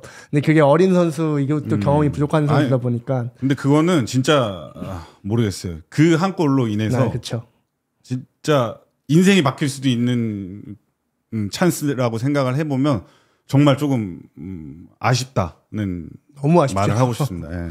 그리고 대구 같은 경우는 라마스라는 어떻게 보면 이 두 경기에서 저는 라마스가 이 대구의 딸깍 축구를 제어해줬다고 생각을 하거든요. 너무 빨리 가는 플레이를 하는 선수들이 좀 많았는데 라마스 같은 경우에는 완급 조절을 좀 잘 해주면서 대구랑 좀 잘 맞았다라고 생각을 하는데 이번 경기는 좀 포항 수비가 좀 단단함을 느꼈는지 계속 좀 블록 아래로 내려오면서 플레이를 하는 거에 있어서 좀 대구가 좀 경기력이 좀 안 좋았다는 좀 얘기를 하고 싶습니다. 그래도 주니어가 측면에서 굉장히 기동력 있는 모습을 보여줬기 때문에 정우재가 고생을 많이 했거든요. 네. 대신에 저는 또 이 박찬현 감독이 잘했던 게 뭐냐면 정우재를 또 저번에 바로 빼버립니다. 그러면서 이제 바로 대응을 해주는 그런 모습들도 꽤 괜찮지 않았나. 아, 박찬현 감독이? 네, 라는 생각이에요. 근데 확실히 저는 대구가 보는 맛이 더 많이 좀 재밌게 생긴 것 같아요. 워낙 적극적으로 조금 더 공격 수비 형태도 그렇고 공격 형태도 그렇고 보다 더 적극적인 형태가 이루어진 것 같아서 보는 맛이 더 생긴 것 같고 또 결과도 괜찮으니까 앞으로 좀 많이 기대가 돼요. 사실 그 전에는 조금 보기 어려운 경기도 있었거든요. 그러니까 상대를 힘들게 만드는 경기 형태가 많았잖아요. 상대를 잘 하는 걸 못하게 하려고 이제 좀 내려선 수비 형태가 많았는데 그런 걸로 봤을 때 조금 다양하게 압박을 시도하고 좀 내려선 수비도 괜찮은 것 같아서 박찬현 감독님의 축구가 좀 기대가 되기도 합니다. 아, 근데 사실 이제 이호재는 당연히 뭐 주전으로 나올 수밖에 없는 상황이고 또 믿음을 좀 줘야 되는 상황인데 이호재도 마찬가지지만 이 공격진들의 퀄리티라고 해야 될까요? 이게 지금 경기를 볼 때마다 신뢰가 안 됩니다. 이번에도 뭐 조재훈 선수 나왔었고 홍윤상 컨디션 뭐 별로 좋지 못한 것 같고 또 홍윤상이 되게 뭐 좋을 때도 활발한 느낌은 있었지만 공격 포인트를 무지막지하게 많이 생산해낸 선수냐? 또 아니었단 말이에요. 그렇죠. 사실 포항에 와서. 그러면 이제 조르지라는 외국인 선수 있는데 제가 지지난 방송인가에서 조르지 이 센터백 왼발잡이 센터백 이정료 뭐 80억까지 나온다는 얘기를 했었거든요. 네. 그래서 주원 형이 이제 계속 짓거리지 말라 그랬죠. 네. 근데 제가 거기서 이제 또 여기 히든 K 하고 또 스카이 스포츠에서 또 이제 프리뷰 리뷰 프리뷰 리뷰 하는 사람으로서 잘못된 정보를 전달을 드렸어요. 왼발 조르지가 왼발잡이가 아니야. 네네. 오른발잡이더라고요. 그래서 이제 그 실수에 좀 퍼센티지 이 지분을 나눠보자면 이제 제가 한 50% 잘못했지. 포항 경기를 이제 그렇게 지켜보고도 이제 오른발잡인지 왼발잡인지 조르지도 잘못했네. 그렇지. 근데 거기에 또 이제 성주가 있었잖아. 그 아이비 스포츠 또 1타 해설로서 이제 또 발잡이를 또 체크해주지 못한 또 잘못이 한 30% 있고. 네네. 내 잘못도 있네 그러면. 아니 그러니까 주원 형은 안 넣었어. 왜? 안 넣고. 왜 난 안 몰라. 아무튼 난 100%로 짰으니까 이제. 거기에 한 그래도 20% 정도는 조르지가 왼발잡인지 오른발잡인지 우리가 모를 정도로 계속 왼쪽에서 나는 왼쪽에서 왼발 크로스 잘 올리길래 나는 왼발잡인 줄 알았지. 뭔가 임팩트 있는 오른발 슈팅을 했다 그러면 내가 딱 그거 뇌리에 꽂혀가지고 얘 진짜 오른발이구나라고 생각을 했는데 이거는 한 20%는 그래도 선수가 좀 그래도 좀 지분이 있지 않나. 그렇지. 네, 뭐 농담 삼아 얘기하는 겁니다만은. 근데 조르지에 대해서 이런 글이 좀 이슈가 됐는데 이슈라기보다 많은 분들이 좋아요를 눌렀는데. 나도 사회에서 조르지만큼 기회 받아보고 싶다. 진심으로 이런 얘기를 했습니다. 근데 이번 경기에서 진짜 저는 그 장면 좀 화가 많이 났어요. 이태석 선수가 패스 줬는데 가다 멈추더라고요. 그리고 이렇게 짜증내는 신용을 했는데 그거는 진짜 나오면 안 되는 행동이었거든요. 진짜 보면서 좀 짜증나더라고요. 저는 조르지가 2부 리그에서 굉장히 좋은 모습 많이 보여줘서 되게 기대를 많이 했었는데 어쨌든 저기 김포 한번 갔다 와야 될 것 같아요. 적토마시아한테 한번 교육 받고 와야 될 것 같아요. 네. 그래도 주닝요의 가능성을 봤던 경기였다고 보는데 주닝요 혼자로는 안 되고. 근데 저는 사실 주닝요가 지금 뭔가 겉돈다는 느낌이 들어요. 뭔가 이 포항의 그 게임 포항이 얘기하는 그 게임 모델 안에 뭔가 아직은 못 들어온 것 같아서 좀 더 뭔가 적응이 필요하지 않나. 그렇게 생각을 합니다. 뭐 하나 둘 베끼고 나가는 것도 좋은데 뭔가 이 조직적으로 움직이는 장면에서는 좀 아쉬움이 좀 보였던 것 같아요. 턴오버도 많고. 네. 전체적으로는 되게 나빠 보이는 그 경기 내용은 아닌데 결국에는 진짜 축구가 골이잖아요. 근데 골을 못 넣으니까 뭐 어떻게 할 수가 없는 거지. 그러니까 막 기대가 안 돼. 저기서 괜찮은데 누가 과연 골을 넣어줄까? 안 돼. 그게 가장 큰 문제점이 아닐까. 왜냐하면 사실 기세가 오른 팀, 그러니까 세징야도 있고 라마스도 있고 그다음에 나중에 에드가도 들어오고 이런 팀을 상대로 어쨌든 실점을 하지 않았다라는 것은 좀 인정을 할 수 있는 부분인데 골을 넣어야죠. 그렇죠. 네, 득점력이 너무 떨어지니까 이러면은 잘해야 승점 1점이고 운 나쁘면 그냥 무조건 지는 거야. 네. 홈에서 이렇게 득점을 못 넣어준다 그러면 원정 가면은 또 사실 또 쉽지 않은 상황인데 이제 좀 홈에서는 득점을 해야 되지 않나 그렇게 좀 생각을 해봤습니다. 네, 그 아시아 챔피언스리그 일정 때문에 4라운드 3월 9일 광주전이 3월 22일로 변경이 됐습니다. 그래서 2주간의 시간이 있거든요. 일단 개막 이후에 좀 날씨가 좀 좋아졌고 국내에서 2주간 시간이 있다. 이거는 포항 입장에서는 굉장히 소중한 시간 아니겠습니까? 그 경기가 너무 겹치면서 진짜 많이 힘들었다고 하더라고요. 아침도 있고. 네네. 근데 사실 어떻게든 운으로라도 비겼어야 되는 경기들이 있었는데 좀 아쉬운 경기들이 많잖아요. 근데 저는 이번 경기 비긴 게 그렇게 나쁘지 않은 상황인 것 같아요. 또 휴가 가기 전에 치면 진짜 분위기 최악이거든요. 아, 이러면 휴가를 주나요?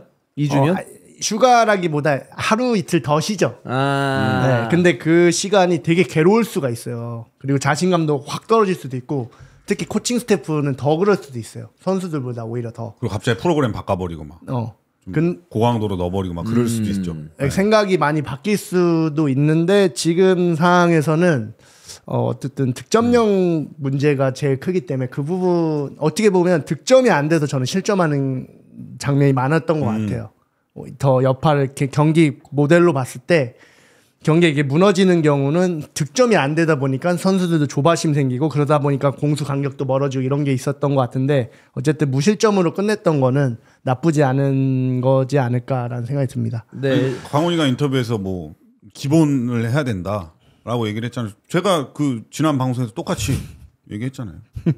수비수들 2번, 3번 하려고 하지 말고 잘하는 거 1번 몸싸움 해주고 걷어내고 쉽게 좀 부담 갖지 마라 이렇게 얘기를 했는데 정확하게 또 바로 그런 게 나왔다. 그런 게 나왔다. 네. 이 방송을 또 보고 있는 것 같습니다. 네. 사실 뭐 대구도 슈팅을 많이 한 것도 아니었었고 또 원정 경기에 대한 뭐 부담감이라기보다 저는 이 결과가 대구 입장에서는 뭔가 졌다라고 하면 어렵게 이겼던 그런 그 경기들의 결과가 좀 이렇게 반감되는 느낌이 날 수도 있었는데 포항 원정 어려워 무승부 낫배드 그리고 다음 라운드 준비해 이런 그 그림들이 되게 안정적으로 보이거든요. 대구는 완전히 제가 볼 때는 힘 받았고 이제 또 대구 홈으로 가면은 또 분위기가 또 쉽지 않은 분위기로 가니까 박찬영 감독도 그거를 또 약간 안전적으로 좀 가서 홈에 가서 이기겠다는 좀 그런 전략을 좀 취하고 나온 게 아닌가. 네. 그렇죠. 다음 라운드가 대전인데 대전의 경기 내용으로 봤을 때는 완벽하지 않은 모습. 물론 이제 대전이 주민규 선수의 득점으로 이제 마지막에 승리를 했습니다만은 내용적으로 봤을 때도 사실 계속적으로 아직까지는 대전이 힘들어하는 모습들이 있기 때문에 홈에서 대구가 대전을 잡아낸다면 다시 한번 또 올라설 수 있는 분위기이기 때문에 지금의 어떤 승점 1점도 대구 팬들은 어느 정도는 만족하지 않을까라는 생각입니다. 근데 박찬영 감독은 본인들이 준비한 걸 아예 하지 못했다라고 하면서 내용적으로는 굉장히 좀 불만을 드러냈습니다. 자, 다음 경기 넘어가 보도록 하겠습니다. 다음 경기 대전 대 수원FC 경기입니다. 어려웠죠? 대전.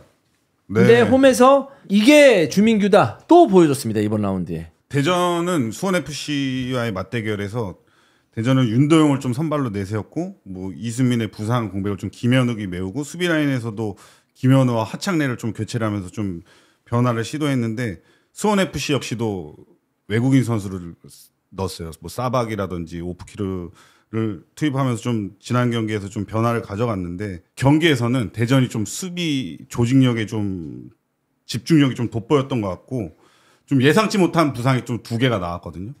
박규현이라든지 아니면 하창래 이런 상황에서 교체가 나왔는데 뭐 안톤을 좀 사이드로 빼고 또 이런 임기응변에 좀 황선홍 감독이 좀 잘 대처를 했다. 그러면서 득점 해줘야 될 그 찬스 하나 딱 노려서 주민규에 좀 득점이 터지지 않았나. 예. 그렇게 생각을 합니다. 대전은 이순민 선수가 제 부상을 당한 가운데 김현우, 김준범, 이순민의 자리를 대체했고 또 윤도영이 이제 바로 또 선발로 나왔습니다. 네. 윤도영이 또 복귀도 굉장히 반가울 것 같은데 저는 지난 시즌 막판에 보여준 대전의 경기력을 봤기 때문에 또 이번에 새로운 선수들을 잘 영입을 했기 때문에 기대를 많이 했는데 제 기대보다는 처음에 잘 좀 안 나오는 것 같은데 내가 너무 기대감이 커서 그런가. 어쨌든 뭐 이기기는 했으니까 어때요 대전? 그거 있는 것 같아요 확실히. 9번 제가 9번 선수 얘기 많이 하잖아요. 황선홍 감독 축구에 9번 선수보다는 조금 더 빠른 선수들, 전형적인 9번 선수들보다 빠른 선수들이 황선홍 감독이 축구에 잘 맞는 것 같다. 근데 사실 주민규 선수는 그런 유형의 선수는 아니잖아요. 근데 확실히 주민규의 장점은 찬스가 왔을 때 놓치지 않는다. 그렇지. 이게 큰 것 같은데 아마 그래서 황선홍 감독님도 주민규 선수한테 이런 얘기를 했어요. 이런 얘기를 했다고 해요. 기다려라, 인내한다, 찬스는 온다. 근데 반대로 황선홍 감독님도 좀 혼란이 많이 올 것 같아요. 본인이 하고 싶은 축구는 좀 더 빠르고 역습 상황에서 전방 압박에서 더 빠르게 압박하고 더 강하게 압박하고 거기서 뺏어서 조금 다이렉트한 공격을 하고 싶은데 사실 주민규 선수가 압박을 못하는 건 아니지만 되게 적극적으로 압박을 막 하는 스타일은 아니잖아요. 근데 작년에 보면 마사랑 김준범 한참 좋았을 때 보면 최건주랑 뭐 그런 선수들이 앞에서 되게 강하게 압박해갖고 뺏어서 하는 경우가 많았는데 경기력으로 보면은 약간 느려진 감이 있어요. 저는 그게 주민기 선수 탓이라고 할 수는 없고 주민기 선수를 활용하다 보면 그렇게 충분히 그런 상황이 발생한다고 생각을 하거든요. 그래도 황선홍 감독님이 이거를 어떻게 대처를 할지 사실 주민기 선수한테 어떻게 요구를 하기는 어렵잖아요. 수기적인 부분에서 원래 본인만의 스타일이 있기 때문에. 근데 그런 걸로 봤을 때 막 경기력이 좋진 않았지만 그래도 이거를 어쨌든 승리로 이끌어 갔다는 건 대단하기 때문에 저는 경기력이 나빠졌다고 보기는 어려운 것 같아요. 그냥 스타일이 조금 달라졌다. 작년 한참 좋아졌을 때보다는. 제가 볼 때는 그 경기 끝나고 라카룸에서 황선홍 감독님 브라보 외쳤습니다. 브라보! 왜죠? 아니 극적으로 또 승리했고 또 팀 분위기 또 타기 위해서 브라보 했고 또 전반전에 답답했다고 선수들 아마 좀 짜증 좀 냈을 거예요. 주민규 선수도. 그러면은 내가 인내하라 그랬잖아. 인내하면 찬스 온다고. 뭐 이러면서 좀 라카룸에서 이제 좀 분위기를 이어가기 위해서 좀 그런 말들을 좀 하지 않았을까. 네. 그래서 이번 경기는 대전 입장에서는 꼭 잡아야 되는 상대였는데 잡았다는 게 더 중요하다 이 얘기 아니겠습니까? 맞아요. 분위기를 좀 그 대전의 어떤 그 내용에 대해서는 지금 누구야? 슬기? 잠깐 왜 너 이름이 갑자기 생각 안 나냐? 성주라 그러죠. 아니야. 슬기의 평가에 대해서 동의하나요? 근데 저는 모르겠어요. 주민규 선수가 어떻게 보면 거기 그 상황에서 못 넣으면 사실 이게 안 어울린다고 저는 생각을 하죠. 황선홍 감독이 이 축구에. 근데 넣어주니까 뭐 이거는 뭐 황선홍 감독이 축구에 부합하는 선수다라는 생각을 해봅니다. 내용적으로 봤을 때는 그냥 전체적으로 저는 안 어울리다는 얘기는 아니고 스타일을 말하길래 저는 스타일이 조금 달라졌다라고 얘기를 한 거예요. 그러니까 주민규 선수한테 다른 스타일을 요구할 수는 없는 거잖아요. 그렇지. 그리고 어떤 스타일로 쓸 건지를 알고 데리고 왔을 거고. 근데 지난 시즌은 어쨌든 앞에서 많이 뛰고 더 에너지 있고 빠르고 이런 선수들을 중용했다면 주민규 선수는 그런 유형의 선수가 아니다 보니까 압박 타이밍이나 이런 게 조금 달라졌을 거예요. 그러다 보니까 작년과는 조금 다른 스타일이 나올 수도 있지만 저는 나빠졌다고 보기는 어렵다라고 정리를 한 거죠. 그러면 좀 더 시간이 지나가면은 나아질 수 있다라는 거? 네. 대전 팬들도 뭐 되게 좀 답답하다 뭐 이런 생각을 하시는 분들도 있어요. 아니 근데 뭐 저는 이게 이렇게 해야지 상위권으로 가는 그 파이널 A로 가려면 이런 축구도 해야 된다. 그리고 이게 답답해질 수밖에 없는 게 상대가 대전이랑 하면 조금 더 물러나게 돼 있어요. 멤버도 더 좋아졌잖아요. 네. 근데 지난 시즌 보면은 어쨌든 자기네는 대전은 잡고 가야 되는 팀이라고 하지만 이제 대전은 되게 껄끄럽고 오히려 상대가 내려서야 되는 느낌의 될 정도로 선수 구성이 됐거든요. 그러다 보니까 경기 스타일이 당연히 달라질 수밖에 없고 당연히 답답하다고 느껴지는데 공격이 안 돼서 답답하다는 거는 그나마 좋은 신호잖아요. 왜냐 상대가 내려가 있고 우리가 공격을 더 많이 한다는 뜻인데 공격이 답답해. 근데 내려든 상대로는 공격이 답답할 수. 맨시티도 보면 얼마나 답답해요. 그래. 내려든 상대랑 경기를 하면. 근데 이거는 되게 긍정적인 신호인 것 같아요. 오히려 수원 FC가 조금 대전이 잡으면 원래 수원 FC가 스타일이 좀 그렇긴 하지만 좀 더 내려 쓰잖아요. 그러면 대전 입장에서는 공을 더 많이 갖게 되는 거고 이제 프로야구 숙제는 이제 내려선 수비를 상대로 과연 어떻게 대전이 더 해야 되냐. 라고 봤을 때는 보니까 빌드업 할 때 좀 변화가 있더라고. 백스리 형태로 빌드업을 많이 하더라고요. 지난 시즌은 그렇게까지 딱 정형화되진 않았거든요. 그런 걸 봤을 때 아마 그런 고민을 할 거예요, 아마. 그리고 요즘에 현대 축구에서 가장 중요하다고 생각하는 게 레스트 디펜스라고 우리가 공격하고 있을 때 후방 수비 구조예요. 그러니까 예를 들면 우리가 공격을 하고 있을 때 상대편 공격수들이 남아있잖아요. 네. 이 선수들을 어떻게 체크할 건지 그거를 이제 뭐 2-3 형태로 두는 경우도 있고 3-2 형태로 두는 경우도 있고 3-1 형태로 두는 경우도 있는데 아마 그거를 의식해서 3-1 형태로 지금 놓고 많이 경기를 하더라고요. 네. 그래서 볼을 잃었을 때 재빠르게 바로 압박을 해서 다시 뺏어 올 수 있는 구조를 근데 그 구조가 되게 잘 만들어지는 것 같아요. 그래서 앞으로도 약간의 시간은 또 걸릴 거예요. 왜냐하면 새로운 선수들이 또 많이 왔다 들어왔으니까. 보니까. 근데도 본인이 원하는 선수를 잘 뽑았기 때문에 저는 이번 시즌 대전이 그래도 아챔권으로 가지 않을까라는 생각이 들어요. 지금 슬기가 얘기하는 내용을 들어보면서 기록을 보니까 6대4로 점유율이 앞섰고 슈팅 개수도 대전이 훨씬 더 많이 앞섰고 상대보다 2배 이상 슈팅 개수를 많이 가졌던 대전이었는데 어쨌든 상대가 이렇게 좀 내려앉다 보니까 오히려 상대적으로 대전의 어떤 그 플레이나 공격이 좀 더 나은 플레이를 해야 되지 않을까라는 생각이 들지만 이게 좀 더 쪼개서 본다면은 상대가 대전을 훨씬 더 부담스러워하고 하고 있다. 작년에는 무조건 이겨야 된다. 그냥 만나면. 근데 이제는 그게 아닌 거죠. 그러면 대전도 이걸 빨리 타겟에 나갈 수 있는. 그러니까 이제 사실 이게 타겟에 나간 거죠, 이 정도면. 그렇죠. 이거 이기기 쉽지 않아요. 근데 확실히 주민규 영입이 진짜 큰 거죠. 이거는 주민규가 아니면 넣기 힘든 골이에요. 그래, 득점 봐봐. 그거 정확히 쉬운 거 아니야. 딱 꽂아내는 쉬운 거 아니야. 튕겨 나오면서 또 기다렸다 넣고 또 김현욱도 또 대전에서 또 완전 살림꾼으로 사실 이승민 빈자리가 좀 클 거라고 생각을 했는데 오히려 미드필더 지역에서 조금 더 부드러운 느낌이었어요. 오히려. 근데 그 김현욱이 진짜 축구 천재예요. 영리해요. 진짜 잡기에 능해. 걔가 신인 때 제가 제주 고참으로 있었거든요. 전 강원에서 선수로 코치할 때 선수로 있었는데. 근데 딱 그 신인이 사실 그 30대 중반에 그 센터백을 그 가랭이를 바로 넣기가 쉽지가 않거든. 그냥 너가 먹은 거 아니야? 근데 패스를 이거 가랭이 타이밍이 아닌데 하면서 가랭이로 싹 넣더라고. 그러면서 얘가 그 백덤블링이나 덤블링도 잘하거든. 굉장히 이런 잡기에 능하다. 이 선수가 그래 저는 진짜 좋아하는 선수 중에 한 명인데 진짜 똑똑해. 수비형을 시키면 수비형처럼 플레이를 하고 중앙 시키면 중앙처럼 플레이하고 윙어 시키면 윙어처럼 플레이하고 되게 영리해요.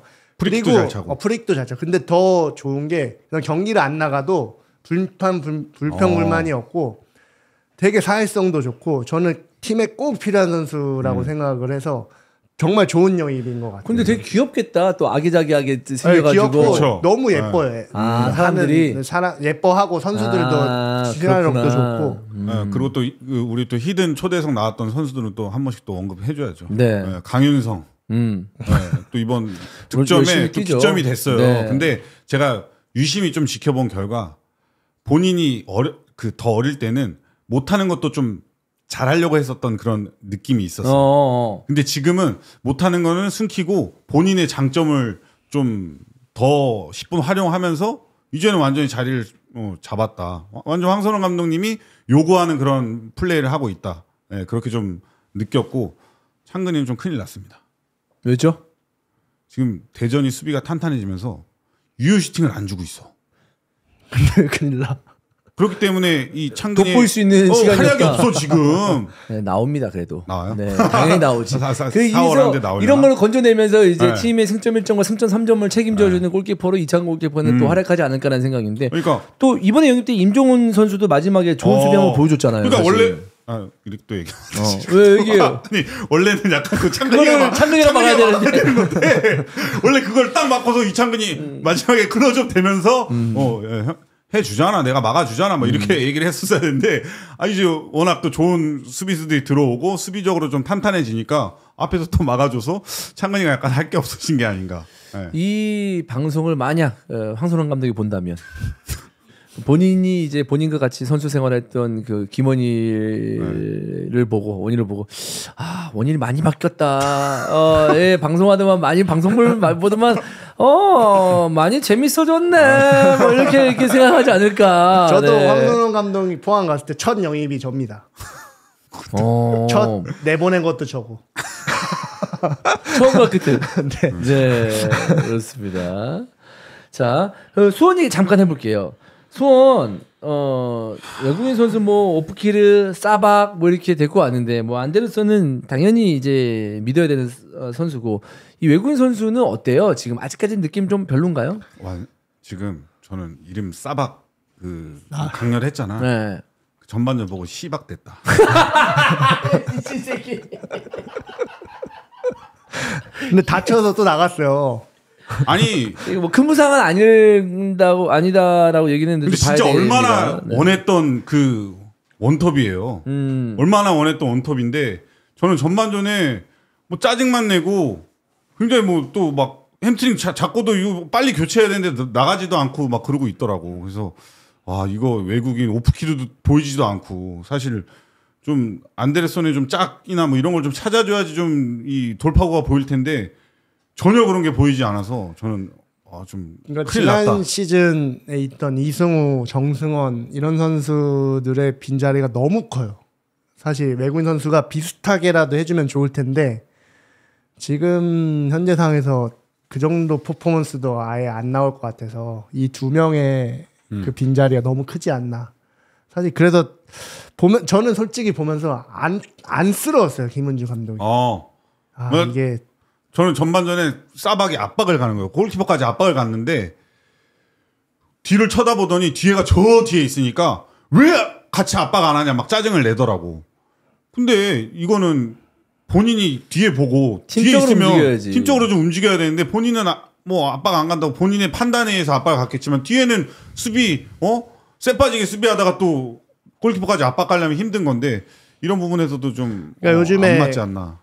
제가 이제 우연히 바렌민의 스카우팅 리포트를 보게 됐어요. 스카우트를 할 때 기준인 거죠. 그러니까 예를 들어 넘버 9 스트라이커 영입할 때 넘버 9이라고 보통 하잖아요. 넘버 9. 근데 갑자기 또 바이에르민의 또 보니까 왜 그 얘기를 왜 했냐면 숫자 9, 넘버 9. 그걸 되게 강조하더라고. 압박할 때 이 선수가 선수들과 생각을 공유하면서 압박을 하고 있는가. 압박을 나갈 때 내가 뒤를 체크하면서 그렇지. 나가고 있느냐. 근데 이거는 되게 기본적이면서도 기본적이죠. 생각보다 이게 안 되는 수가 되게 많아요. 이거 코칭하다 그냥 절반 6개월 가는 경우도 있어요. 아니 이게 안 돼? 그러니까 본능적으로 가는 건데 본인은 호흡이 있는 거야. 압박을 갈 호흡이 있는데 그러니까 뒤에들도 호흡을 안 가야 되지. 되는데 그것도 있어요. 그거는 그러니까 나가야 될 상황인데 타이밍 못 잡는 거야. 안 나가고 나가야 될 상황인 이건 안 봐도 나가야 될 상황인데 막 이러고 있다 못 나가고 아니면 나가지 말아야 될 상황인데 뒤에 안 보고 나가고. 근데 이게 생각보다 진짜 어려워요. 그래서 이게 보통 압박 뒤에서 잘 컨트롤해 주지 않나? 가자 이렇게 하면서 가자 하는데 그게 나가지만지 가자인지 뭐 그런 것도 있잖아요. 그리고 그 상황이 거의 잘 안 들려요. 그리고 본능적으로 빨리 자기가 체크하고 빨리 가야 된단 말이에요. 그게 안 되는 선수들이 있구나. 근데 이거를 되게 코칭을 진짜 계속 똑같은 말 계속해도 안 되는 경우가 많아요. 그래서 제가 그 예전에 뭐 히든인가 거기서 고무열이 수비 잘한다니까. 아니 무슨 공격을 잘해야지 수비 잘하는 걸로 그 제일 경기 뛰는 거냐고. 아니 그래서 그랬는데. 보면은 이건희나 뭐 허율 선수나 이런 선수들이 인정받는 게 정치인도 그렇고 말 잘 듣거든. 나가지만 하면 안 나가고 나가 그럼 나가고 압박 타임 잘 잡고. 근데 본인의 판단도 그게 또 생각보다 경기장에서 영향력이 좀 큰 것 같아요. 그 점수가.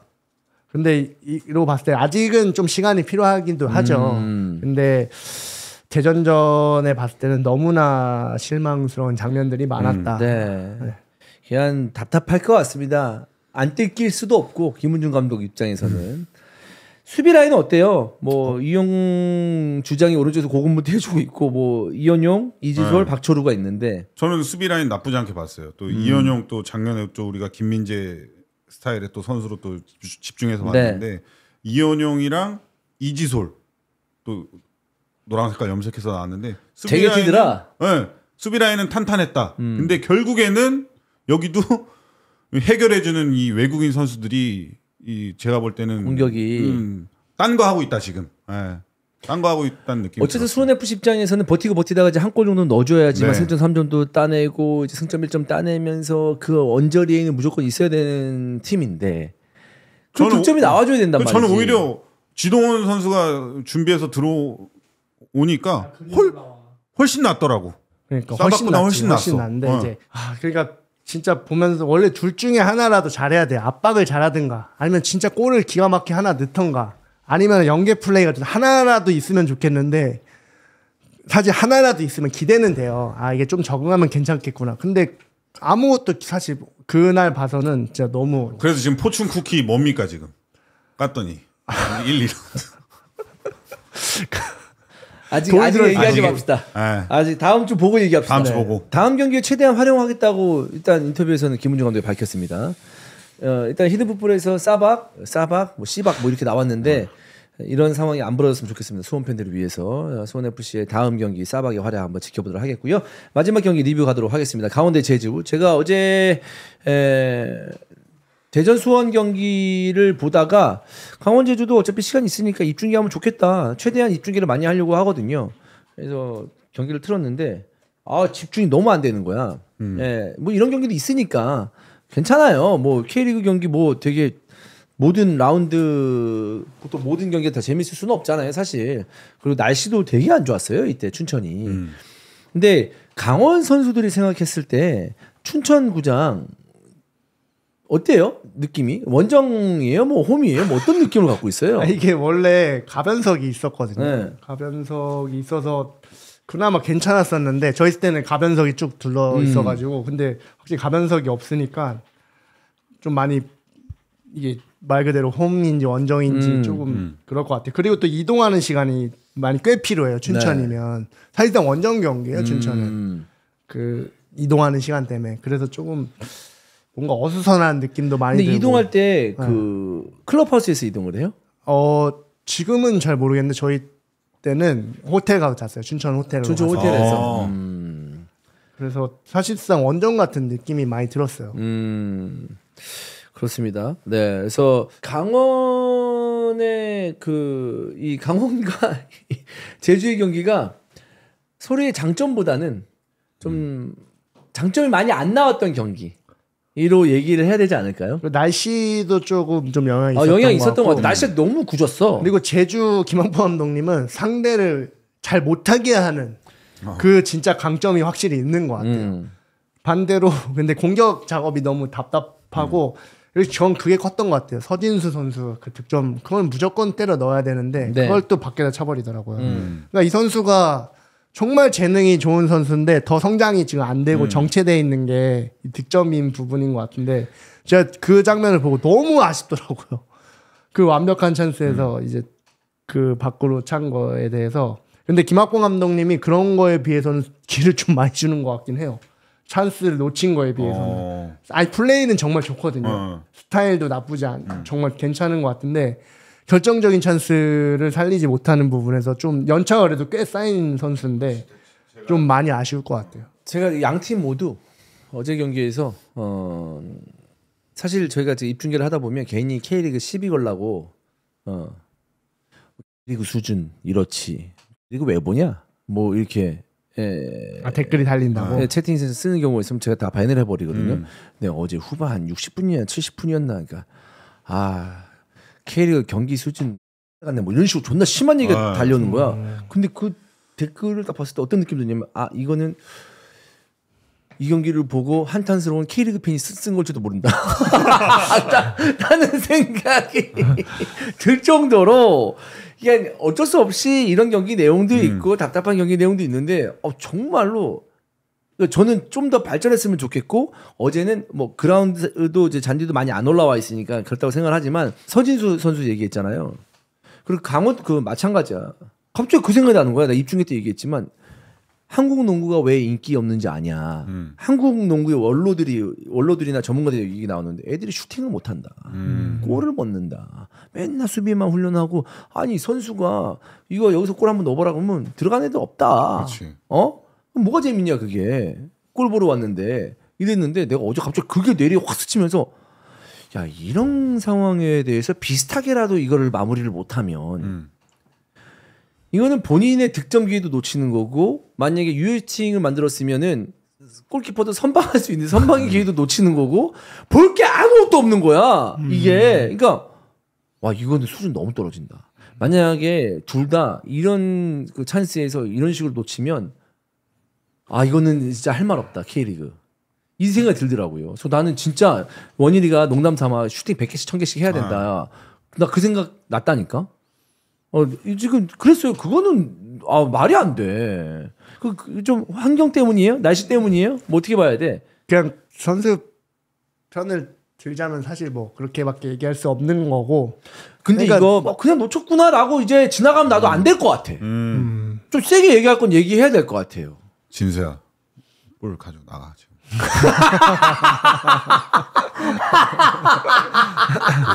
거기 있잖아 거기. 세워놓고 이번 주에 한 200개씩 때려. 그러니까 네. 그렇지 않나요?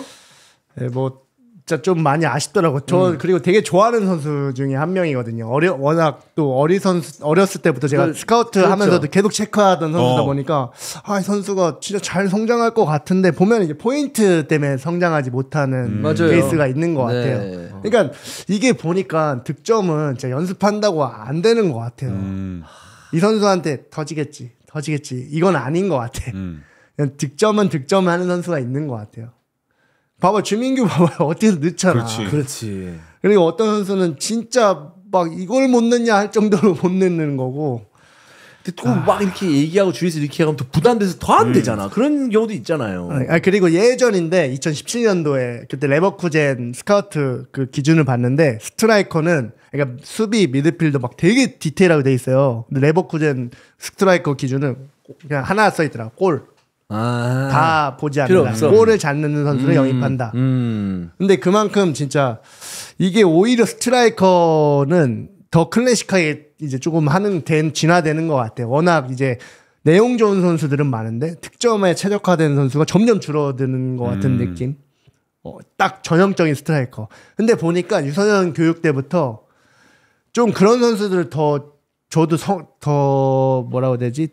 더 가치를 높게 평가하게 되더라고요. 더 많이 뛰고 더 앞에서부터 싸워주고 연계 좋고 오히려 득점만 하면 그 선수를 좀 평가 절하하는 경향이 있어요. 유소년 단계에서부터 넌 득점만 해서 안 된다. 그치. 네. 근데 어떻게든 득점 진짜 스트라이커는 진짜 어떻게 보면은 그냥 골 잘 넣는 선수를 어떻게든 데리고 그래서 에드가르 같은 선수를 데리고 있는 것 같아요. 있어야 돼. 뭔가 기대감이 있는 선수가 있어야 돼. 그리고 그런 선수 몇 번 보여주면 수비도 괜히 그 선수가 골 안 넣는데도 균열이 된단 말이야. 신경 쓰다 보면. 미드필더나 측면 윙어들도 마찬가지. 그 하나 들어가 있으면 내가 크로스만 올리면 돼. 제가 늘 거야.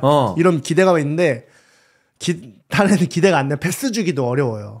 쟤는 어차피 뭐 이게 돌다가 나오니까. 네. 근데 이제 그런 그 부분들이 좀 필요하지 않을까라는 생각인데 찬스가 났을 때는 넣어줘야 된다. 뭐 그냥 무조건 골러라가 아니고 진짜 찬스 때는 비슷한 장면이라도 만들어야 되는데 그게 안 됐을 때의 실망감은 이루 말할 수 없다라는 건데 강원 FC 좀 가브리엘 그 모습을 봤을 때 이 선수가 제 부상 때문에 강원에서 큰 힘을 보여주지 못했잖아요.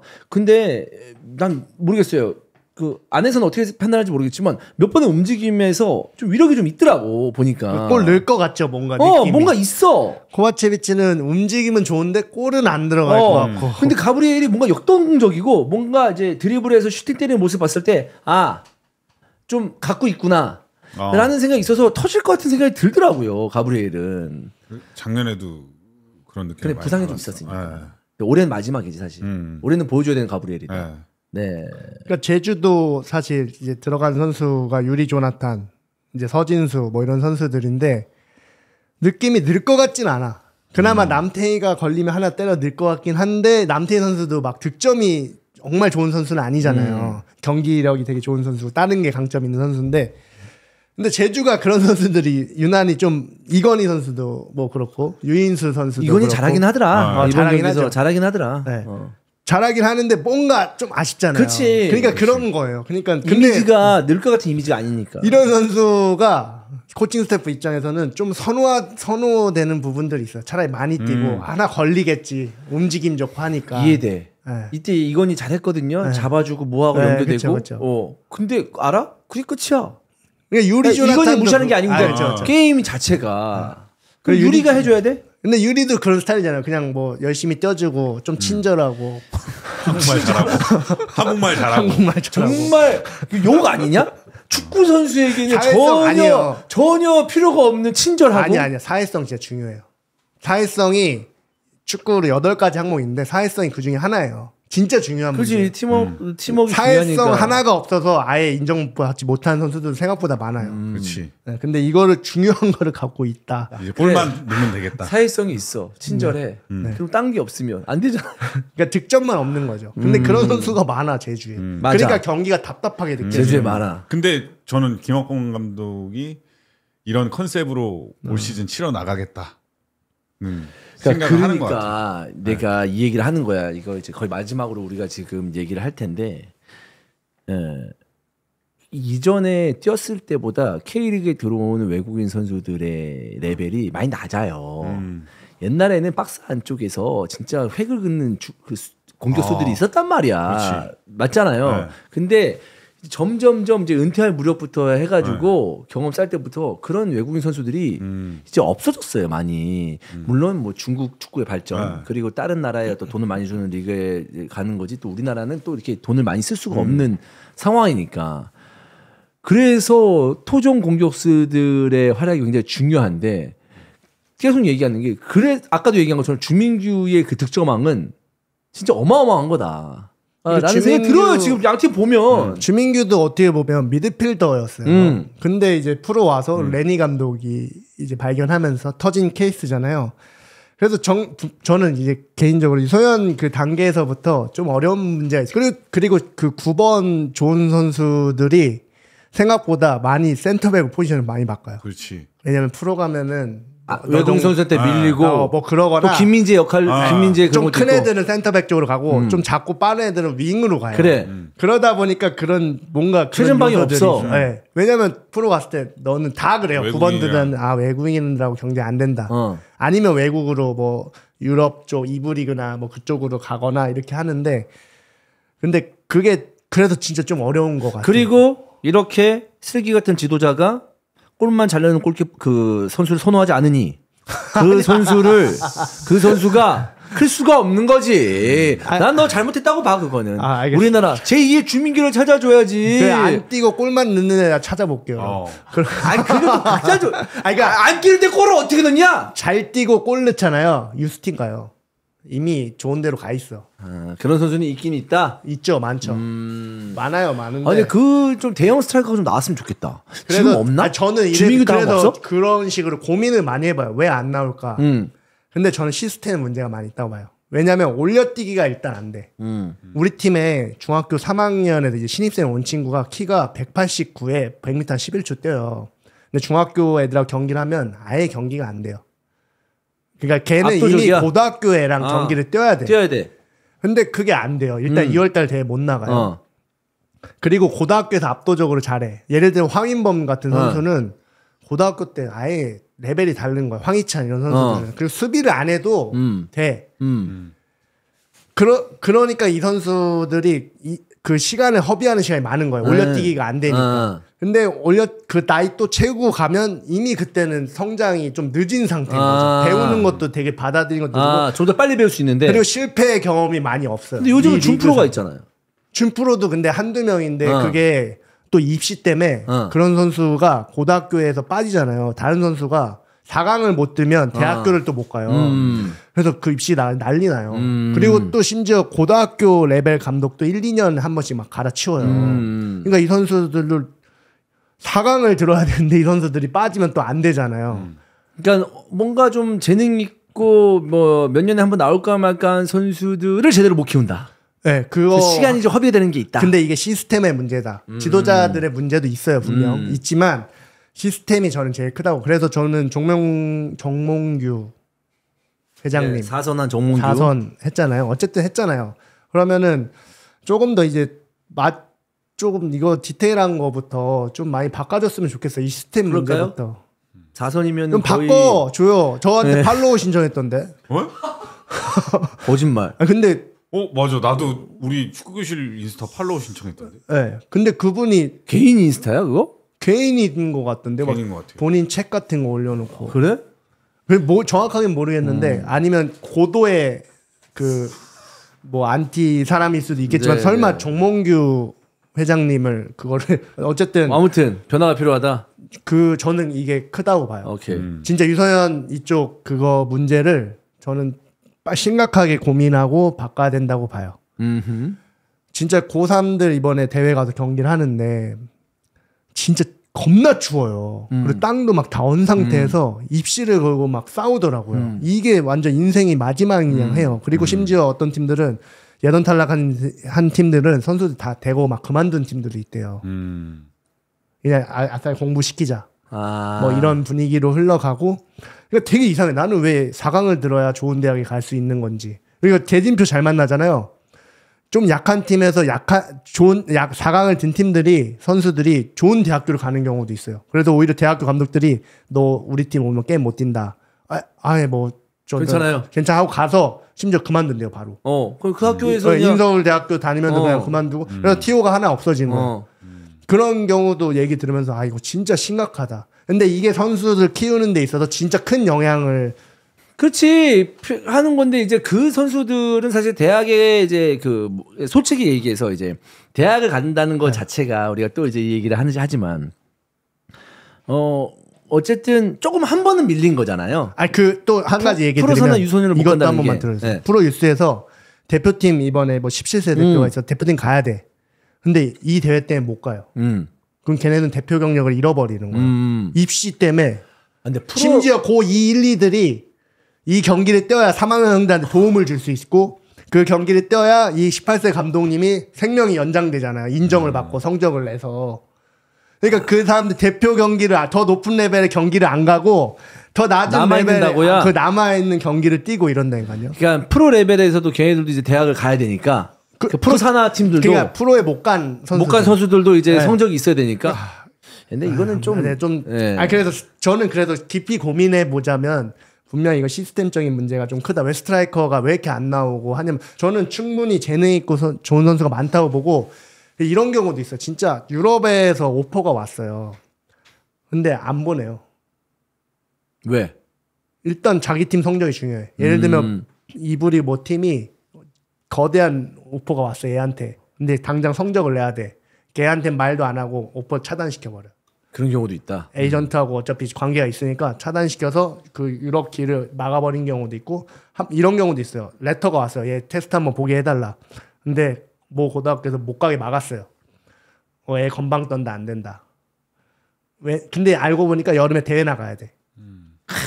그러니까 근데 이게 저는 지도자의 잘못이라고 보는데 이 시스템의 문제. 4강 안 되면은 지금 얘는 다 대학을 못 가게 생겼는데. 시스템뿐만 아니라 그 지도자의 문제고 아시잖아요. 지도자들 내가 봤을 때 많이 변해야 돼.